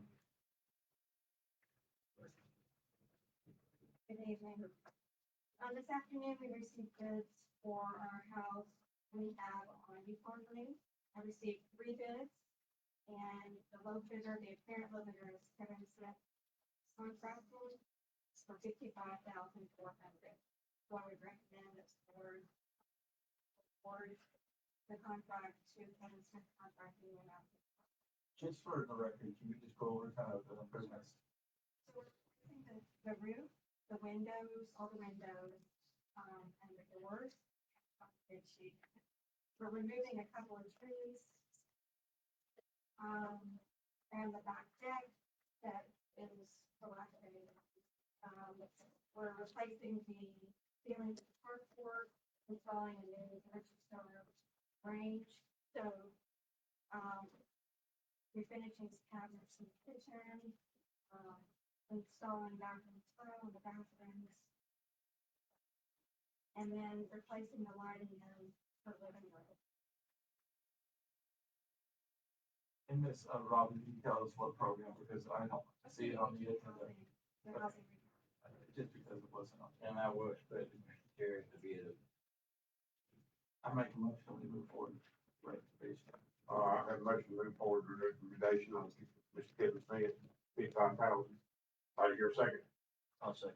I have a motion and a second, any discussion? How's the vote? Yes. Yes. Yes. Yes. Yes. Go down to Ken, thank you, Ms. Robinson. If you wanted a quick update on the senior center, we're about 60% complete. Right now, the completion date is at the end of April. I would expect maybe a strong extension for a few weeks. This is running delays and material delays, but it's coming along really well. Michael said those additional funds also came in, we covered all that. Yes. Yeah, those other expenses, I appreciate all the work on that. Council and agency, be happy to have that. Thank you, John. All right, go down, county coordinator, David. Yes, the board asked me to get with the sheriff on Lake Cassidy for holidays for an officer to be present. And I'm gonna ask John this time if he would, mind telling that, give us all the price of what he gives me to put 2 officers in Lake Cassidy during the holiday period, if needed. If needed, yeah. So basically, right now, PDO Springs pays our deputy $30 an hour to go out and see security out there. I've done the figures, I think, $250 per day for all the positions.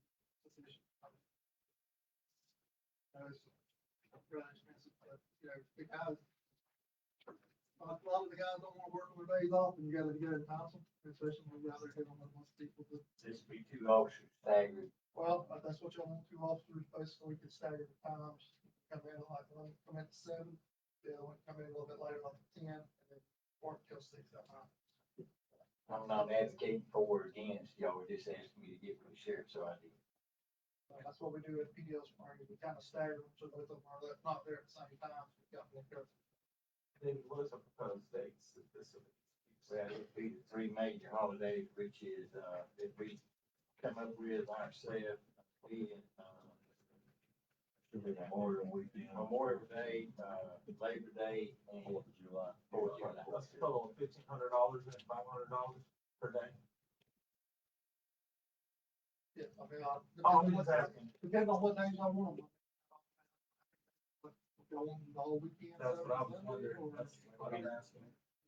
We didn't, that's per day, if you want 3-day weekend, if you want 1-day weekend. Yeah, So 3,000 covered them.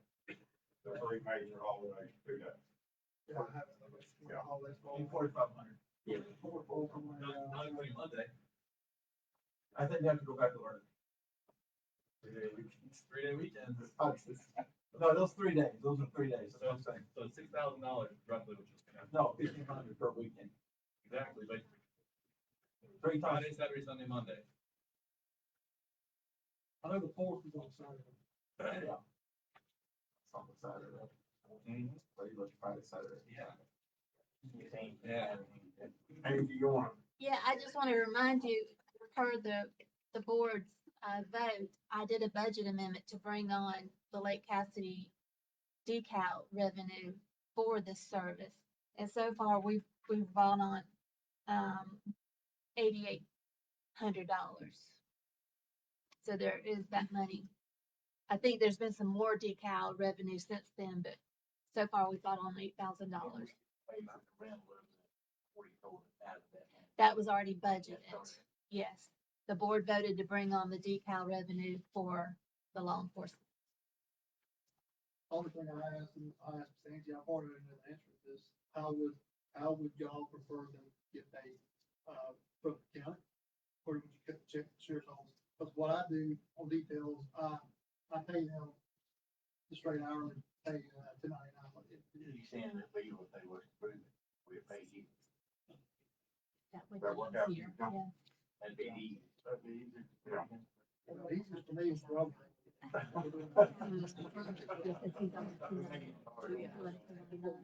all right, this board, set aside a certain amount of this for that, or, Yeah, I'll make a motion. the amount of 4,500. Angie, we have to be your part of that. Well, we've already got it on the budget for that. All right, So it's all already we need to there. approve is just spending the money Yes, sir. for it. You make that motion? Yes. All right, you're a second. All right, motion is second, any discussion? How's the vote? Yes. Yes. Yes.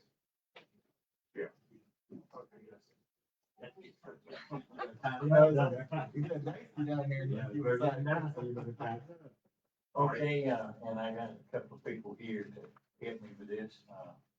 I got a call, reading this add on, I got a call yesterday afternoon. First of all, I'm gonna clear something, damn you and Ms. Callen, y'all come on up. I think there was a misunderstanding that there was a final walkthrough on the Ag Center, which most definitely did happen. Number one, y'all told me to be there on things like that, and I wasn't. And all it was, Keith went and done his inspection of his final on his HVAC, his mechanical, all that good stuff. But anyway, to make a long story short, I was asked to call a meeting this morning, and we did, and, I was asked to give an update. And y'all all got a list of things that Alan had put together, y'all, little bitty things. There's one big thing is roof. The roof is leaking. And, we come to a good understanding this morning. The contractor said that he's gonna pay for it out of his pocket as the roof is coming in, and he's gonna fix the roof. Now, I asked him and Callan to be here because there's several little things on here that needs taken care of, and I can assure you, these things is going to be took care of. Some of them, Callan can vouch, took care of today. But Tim, you want to go first, or the Liberty Partners in Yeah, Canada? no, just quickly, if you recall, the last two updates that we provided were essentially that we were waiting for the final punch list in order to schedule the final walkthrough. Grateful that David, like I said, called the meeting this morning, that we could all get together, take a look at where everything's at. End of the day, talking about an over $2.2 million project, county received funding for that, you know, it's not like you get 4 million every year for these types of projects, so we want to make sure that every dollar is well spent and that the county gets what it bought. So, like I said, very productive meeting this morning. I walked through a handful of those smaller things, but as David said, and the bigger issue right now is the roof, that they are either looked at today or scheduled to tomorrow. Go ahead and address those issues, first and foremost. They're also working on these other items that you see there on your sheet. And, I said, the plan is to get back as soon as these things we can check off and, do a final walkthrough, get sign off there that there's 100% completion, so that we can then share that information with the state, the Florida Commerce, and ensure that the counties receive reimbursement for those funds. Thank you. Did they get most of the stuff today? I mean, I can't verify what all was done on this list. I was at another engagement for the day.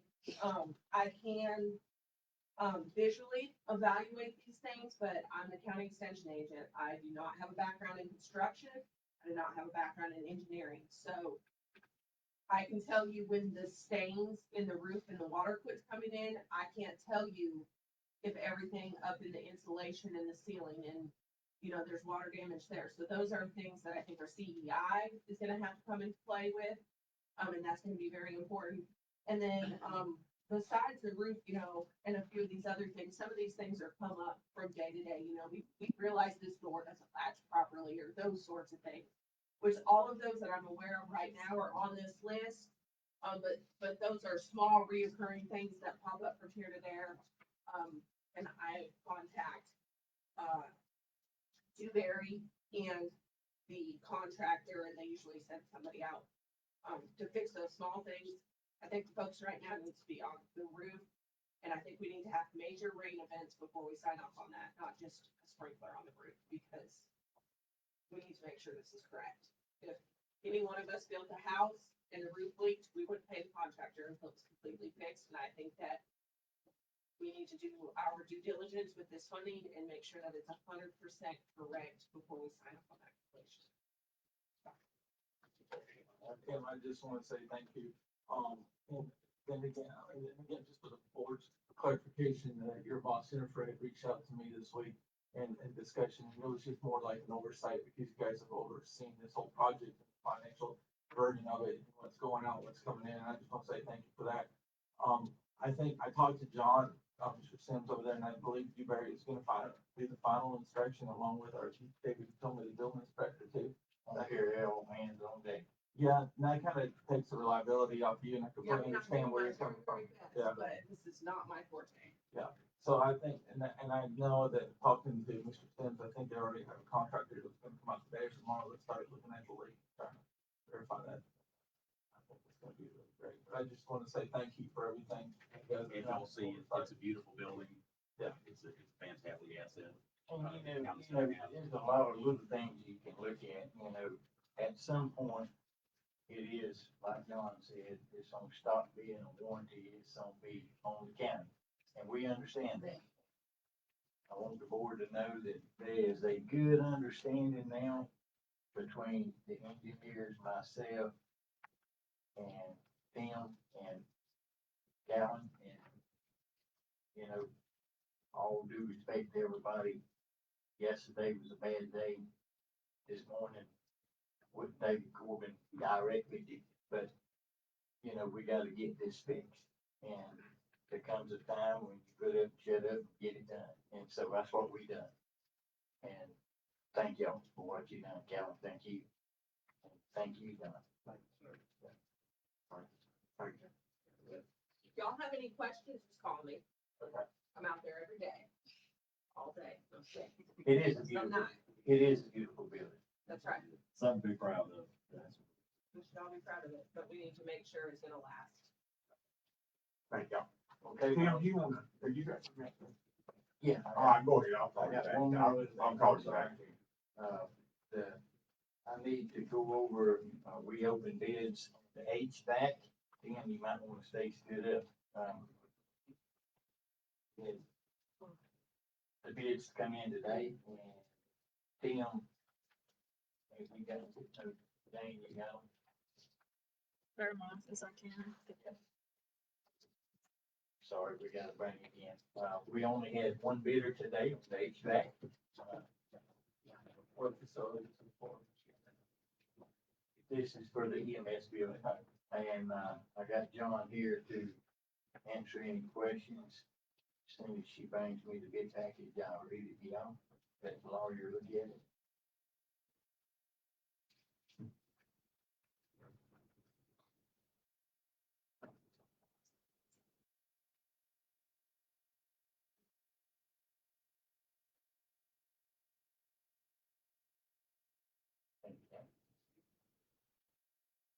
our quote, we come a local person, which is PSP, Pete Tiernan, here in Boniface. The total bid price was $128,270. But John, you wanna say anything for Sam Pearson? If y'all hadn't seen it, the sheriff's done hit the ground running. That baby's done about walled up, and you can tell it's gonna be an EMS center, so, it won't be long. You don't need it right now, but it's getting close. So, before we, put it out for bid, we kind of put some feelers out, but we know it's probably gonna be over 30,000, just trying to get some quotes. They were all high, and then we knew we had to get it out, we sent it out to bid. We actually called some other bid places, to actually see if they bid on it. Apparently they wasn't interested. My hopes is to, talk to the owner of Beach and try to see if we can help bring the cost down some. I have looking at the plans, I'm trying to have some ideas of cutting that, we got a lot of money for it. But I'm not an air conditioning man, so, he agreed to look at the plans and get back with me to see if there's some ways we might cut the cost and set that down. And then I'm also going to try to talk to him about, using some of our inmate labor to kind of cut down on the labor cost. We got people there to do the footwork, with that help out. It's kind of a process. If y'all would just, allow me to negotiate with him and kind of see if we can get it down and get all this. Something. I think we'll be all right with the money we got to be able to do it at that price. If we can get the cost down, so what we need to get. I'll make a motion we approve the, bid with the exception of, their negotiating price, I have a motion on the floor, is there a second? the final price. I have a motion to second, any discussion? How's the vote? Yes. Yes. Yes. All right, that's all I had, Jerry. All right. John, did you have anything? Yes, sir. You did. I'll try to keep it short. Y'all should have a copy of this interlocal agreement in your package. Yes. This is identical to what we just approved for the town of Ponce de Leon, with one exception. The town of Edisto had took a time limit on this. If you look at section 5, which is on page 5, at the top, it says this agreement will remain in effect for 3 years with automatic renewal after that.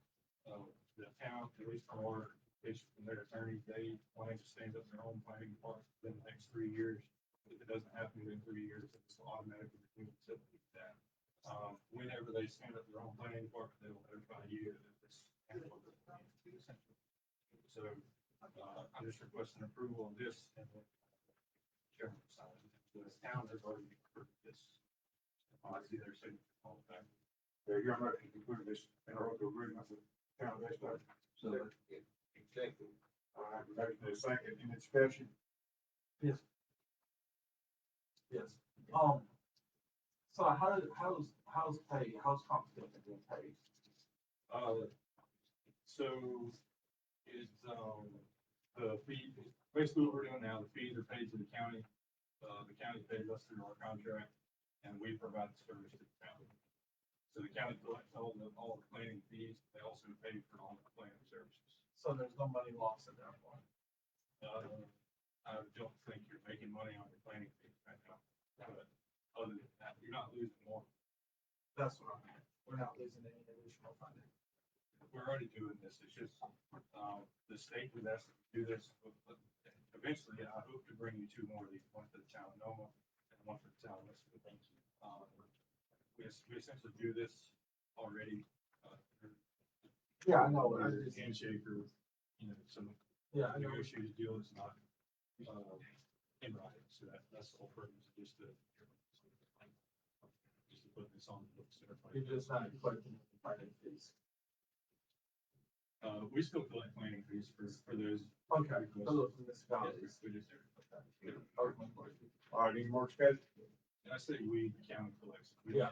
Those funds don't come through. direct. No, I understand. Any more discussion? How's the vote? Yes. Yes. Yes. All right, and I got one more. This is, something I just want to present to y'all in a draft form. This is a floodplain interlocal agreement.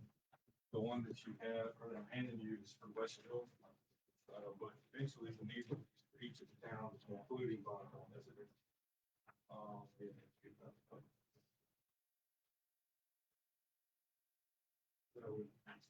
the Florida Division of Emergency Management has been working with us to try and get these interlocal agreements adopted. Essentially, what they say is that the town, change the name at the top, will have to pass one for every town in the county. But it says that their floodplain management will be handled through the county. He currently does all of the building official reviews for all the towns. This memorializes what we're already doing. The county's flood insurance rates are based on, the county's flood ordinance. So that is current. We've worked with the Division of Emergency Management to make sure that that's up to date, so that your, flood insurance rates are as good as they can be. The towns, since they don't have a floodplain manager, in order for them to have flood insurance rates as good as they can be, they have to have this agreement in place. So I'm not asking for a vote tonight. There's some things in there that are highlighted that you need to consider, maybe changing language on, just provided to us by the state. All we've done is place the county and Westville in this one. I've already sent it to Westville and their attorney. Luckily, that attorney represents constantly on SO as well. And I've already sent this to the city of Bonneville. So, eventually we have to have all 5 of these, adopted so that those towns can get the same benefit of, floodplain management. You just don't bring it back to us when you get finalized. Yes, I just wanted to present to y'all sort of what this trial is. So, So how does this represent, does this change any on the flood, documentation when this is done? on the future land use, Yeah. no, this has no bearing. Okay, that's what I wanted, if there's any change on that based on the flood. Yeah, no, the flood maps are generated by FEMA. Yeah. So this would have more bearing on the flood map than on the future. Flood. Okay.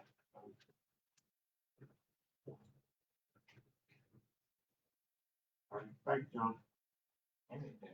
All right, Liberty Partners, you do have some here. For the sake of time, I didn't have anything, quick legislative updates, have an announcement, come back to work on the budget yet, so did you have something for me, Chairman? No. Okay. All right. Well, I think that was it, unless y'all need anything else. Did you work on that EDA grant for the bridge, railing repairs, dam repairs? Right. Yeah, that's, so. Like, James called tomorrow, he's got any questions on the deed on the Okay. Will do. All right, we're going down to the county engineers, Dewey. Melvin. All they have. All right, it's not here. All right, we'll go to the county attorney, RFP insurance. Yes, sir, I just want to report back down, we should be publishing this next week. My reputation was I've been working with, the attorney, for the school board. At this time, I don't think it's something they're gonna participate in or be able to participate in from a legal perspective. So right now, my plan was just to reach out to the, Mr. Holloway, the attorney for the city. I've tried to get hold of him, but I'll reach out to Mr. Cook too as well. But right now, we're publicizing it as health insurance for the county and the sheriff's office. I think we already have some people that are interested in it, so maybe we'll get some good bids, but I just want to let y'all know, bring that back to you about the school board. Hope was getting involved. So we have no word on the consortium or anything like that. But Due to time restrictions, we need to get the RFP down. Oh, I understand. that'll be published next week. Do you need anything, Approval. Yes, sir, just approve, put it out, but it would share. I make a motion that we advertise. all right, Brad, have a motion to, advertise for the insurance. Do you hear a second? Have a motion to second, any discussion? How's the vote? Yes. Yes. Yes. All right, Yes, sir. All right, you can have Commissioner Siders, District Five, Commission appointment, Mr. Erickson. Yes, sir. We had a opening in District Five, with the resignation from, someone by the name of Candace. This was discussed at their, at the previous meeting and all that. So I had one individual that came up to me and asked me about it. He had showed great interest in it, Mr. Richard Wiltsey. I make a recommendation that we appoint him as District Five representative for that position. Say that, like, 2 seconds. that get it. All right, have a motion and a second. Any discussion? How's the vote? Yes. Yeah. Yes. Yes. All right, Congratulations, sir. Highway 177 A, Public Park at Old Lake Center, Mr. Erickson. Yes, I brought this attention to David, and actually, I believe it's in your district, and, I asked him to call you, I don't know if you had any phone calls on it or not, but I think they just, I automatically assume it's in my district, so that's where the line is. And I told him I'd bring it up.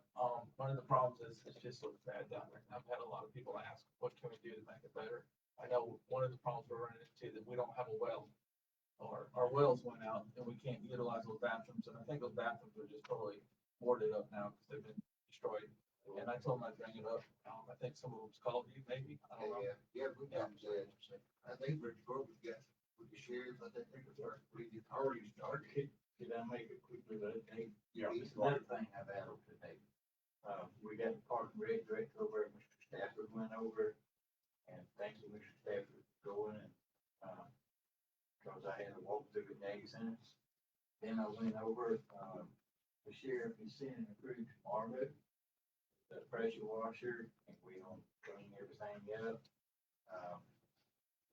We got some fence repair, Mr. Erickson's right, they vandalized the bathroom. Our new FEMA coordinators is working on the money to see if there is any money. FEMA that was left over were sent to that project. And Mr. Erickson's right, it's that Burdette grant, it's probably Washington Erickson, over 20 years old. 20 years. So the Burdette grant, we applied for a Burdette grant. It's a project, we have to maintain that project for a certain period of time. So what I'm saying is we're out of that time frame right now. And I think they would get a quote here about a year and a half, put it well down. And that location was around $50,000. Let me tell you something about wells and water. We got some engineers here that may want to step in. When the county gets in the water business, you serving the public. There could be chlorination, or there could be different things that you're responsible for. Same way with the septic tank. So we got authority over there now, and we got a contract with the company, but bear in mind, when you run the water sewage, you have to jump through the hoops with DP and all that. And it's down next to a creek, so there's things that you have to abide by in state laws. But we are in the process of making it look better, and it looks better, Mr. Stafford, and when you seen it this morning, we currently, I need direction if y'all wanna, me to direct the engineer to place it on the Burdette list and apply for some future grants. All of it's here right now, I think they're not going, but I didn't contact them. We got one sitting back there, but, that would be the next step. It's absolutely beautiful there. It just needs a PLC. Look at work. And it's a pretty place. It's just, oh, It is, and everything there, so the sheriff's on, have it looking good for the lady this weekend. And Johnny's gonna be working on some other odds, and give me, we'll get them took care of. But that's a quick update, quick version. What else? My thing is, what I think we need to do one or two things. If we're not gonna put money into it to refer to grant or another grant, I think we probably just need to go ahead and give it on 79, let's start part. We need to tear those buildings down, both, outside toilets to the common. It'd be better. Or if we're gonna fix it up, wanna try to get a grant, I think we need to make a motion, move forward and try to apply for a FERDAP grant, fix those two parks up back where they're at. But the problem is, David can tell you this, Earl Stafford, and, last year, year before last, it was nothing, I mean, it was nothing but replacing toilets every week. You couldn't keep them fixed. It was, I mean, David, what kind of money's the guy that could just fix some fixtures and toilets? I'd be scared to say, but he spent all his money out of his part for the vandalization. The sheriff does everything he can, he sees somebody doing I something. think it was trying to put cameras up, if I remember correctly. Yeah, we put cameras up. It was just ungodly how much money and time was spent on that stuff. So, and I'm to the point that, you know, calls I've been getting, I'm like, what do we need to do? Can we tear it down, put some nice porta potties on top of it, let it go as that, or do we go back and start this whole project? And when you go into a FERDAP grant, you gotta say you're gonna maintain it again for another 20 years up to the standards that you haven't done at the point where the grant paid for it. Cause it's so good, but Any water's on, be monitored. Yeah, water's gotta be monitored, all that stuff has to be done. DEP governs the way over, you got your permits, your core engineers, the whole nine. If we did get a FERDAP grant, we're not gonna keep that old business that way. So we'll go ahead and like it out. We just don't have everything. I think, I agree with you 100%. I do, I think it's just, I mean, right now it's a hazard. I mean, you create a bad place for bad people. Take it out, you guys need to check the porta potties on a basis, take them, bump them out. You know, we had to go in there, DEP probably make it seal that, section, but you can do that. Take some dirt and concrete, take care of that. But yeah, in two pretty of a place to, or could be. And not to get grant. It's the Now, we do have a little issue on this board to realize, I seen it today. Our property lines is distinguished. But we do got some people driving across private property going around and they've got a two-trail road going down to the water. Can't do nothing about private property, but they are going around. I don't know how we fix that issue because I can't tell somebody what to do on their own property, but we can fence our part off. Oh. We do, we're gonna get some playground up there. We have residents. How about- It's all, How about we do this? You've seen those buildings. Do you think those buildings are repairable or just start from, get a FERDAP grant, start from ground up on all that? we get money to start all over. Yeah. Well, I think you're right. I just think the, typically, just tear those buildings out, apply for a FERDAP grant, maybe apply for some stainless steel toilets, kind of like jail has things that can be tore up and moved, and you can put it all included in those two sections, and just see what happens at that point. And if we don't get it right, you got it cleaned up, you got a porta potty sitting on top of it.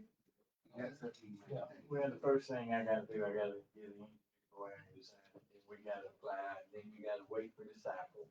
But, yeah, we can tear that down and apply. You're right. Have a motion for it, apply for it. Grant. Maybe that's something that Mr. Tim can help us with, do you think? Just look at that. When you, if you do it, y'all make a motion, vote on that, we take care of it. Yeah, I just did. Yeah. You make a second. My motion is second. Any discussion? How's vote? Yes. Yeah. Yes. Yes. All right, motion passes. CDL requirement discussion, road department, Mr. Rainbow. I have an employee that's coming to his 2-year period to have a CDL. And he can't acquire a CDL, he's got some. He just can't acquire them, but he's a good operator. And, I don't wanna lose him, I wanna keep him on. I want to make a motion to hire him full time, keep him on with my one slot with no CDL license. And full-time employee. Currently, our policy, y'all changed it from 6 months to 2 years, so that's where I'm at. You would have to change the policy, the vote would be to change the policy. Definitely change the policy, but Okay. Where you want to change it?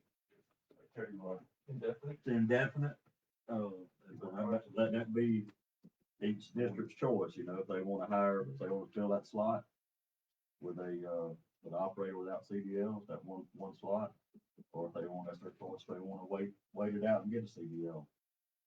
I know we changed the policy, but it's also changed it for the whole board, is the whole board all right with this? My only problem with this, and I agree totally, this is hard to find good workers. My only problem is he's making the same amount as the guy that has the CDL. So where do you distinguish that at? Or they don't? They do know. What's the difference? I don't know the current rates, but originally they did, but back in October of 22, you gave the RNTs and the heavy equipment operators an increase, but you kept the employees without a CDL at a lower rate. I don't know the rate right now, but there is a difference.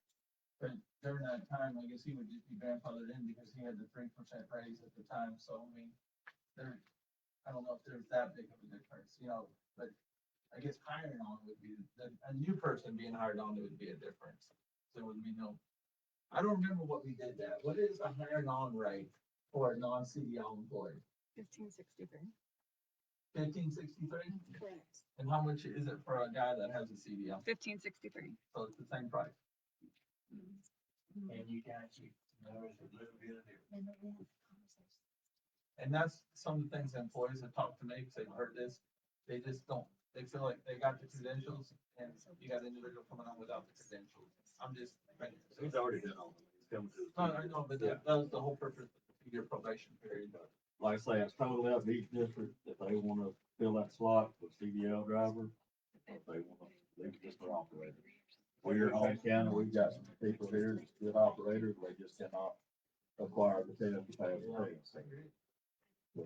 I got a good man there, he's good on equipment, he comes to work every day, minds his own business, all the other employees like him, so. Miss Angie reminded me, I think I was incorrect about that. I think it's like 1543, no CDL, 1563 with CDL. And then, here's the thing, y'all voted to put your RMT and your heavy equipment operator the same. So, we gotta do some of this pay. I mean, I'm just jumping from subject to another, I'm sorry. But pilot coming on board, when you look at those prices, we gotta get this pay up. I am just. And that's a good time. Ridiculous. Yeah, when we went to Tallahassee, that's the first thing I asked her about giving money. It's, yeah, Mr. Wade made a motion there. No, I appreciate you. Wait, if you don't mind. Commissioner Cook.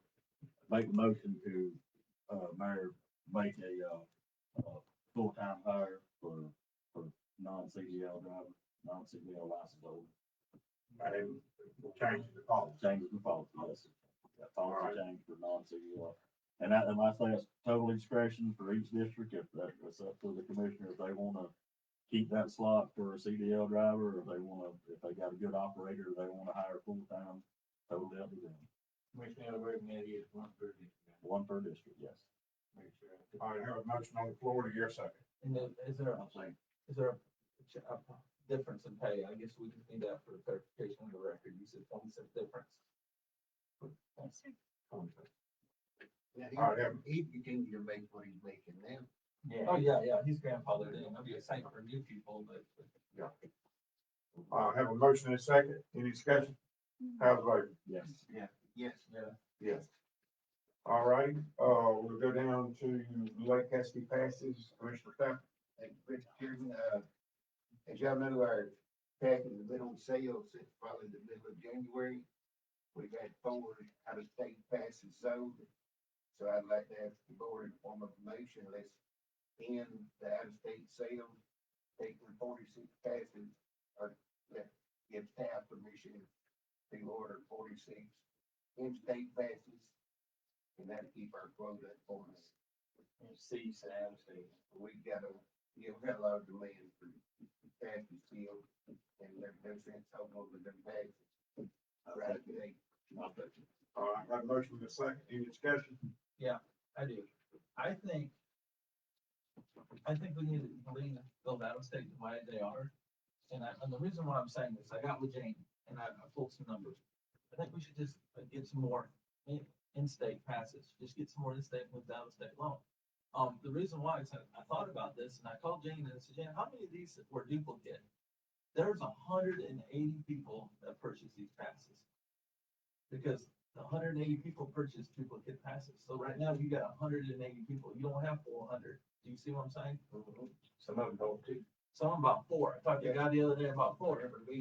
So you're technically, after she went back and looked at all this, you technically got 180 participants coming in there. So, because about 180 families bought all 400 passes, because most of them were duplicate, triple, one for four-wheeler, one guy bought one for four-wheeler, a side-by-side, truck, car, and everything else. But what I'm saying is, I would keep those out-of-state passes. Since it's only at that limit now, after we looked at that, why don't we just add 50 more, just buy 50 more so we don't have to throw away the existing ones and just keep them? The board, 400 email. What, that's what I'm saying. It's really not 400 if you look at it like that.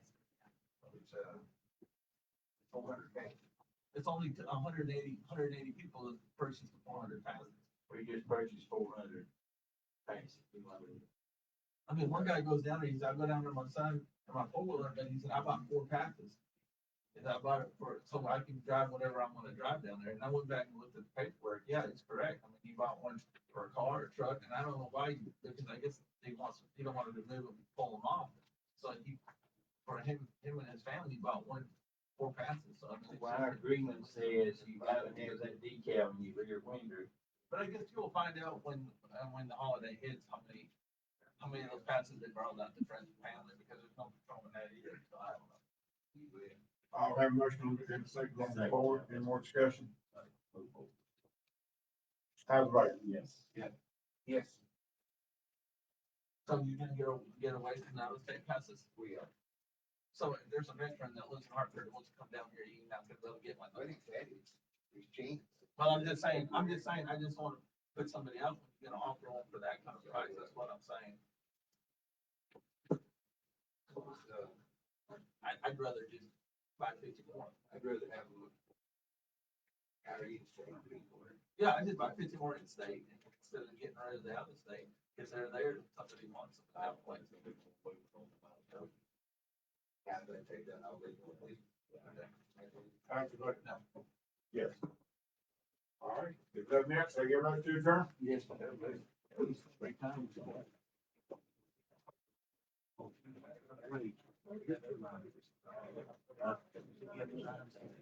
Oh,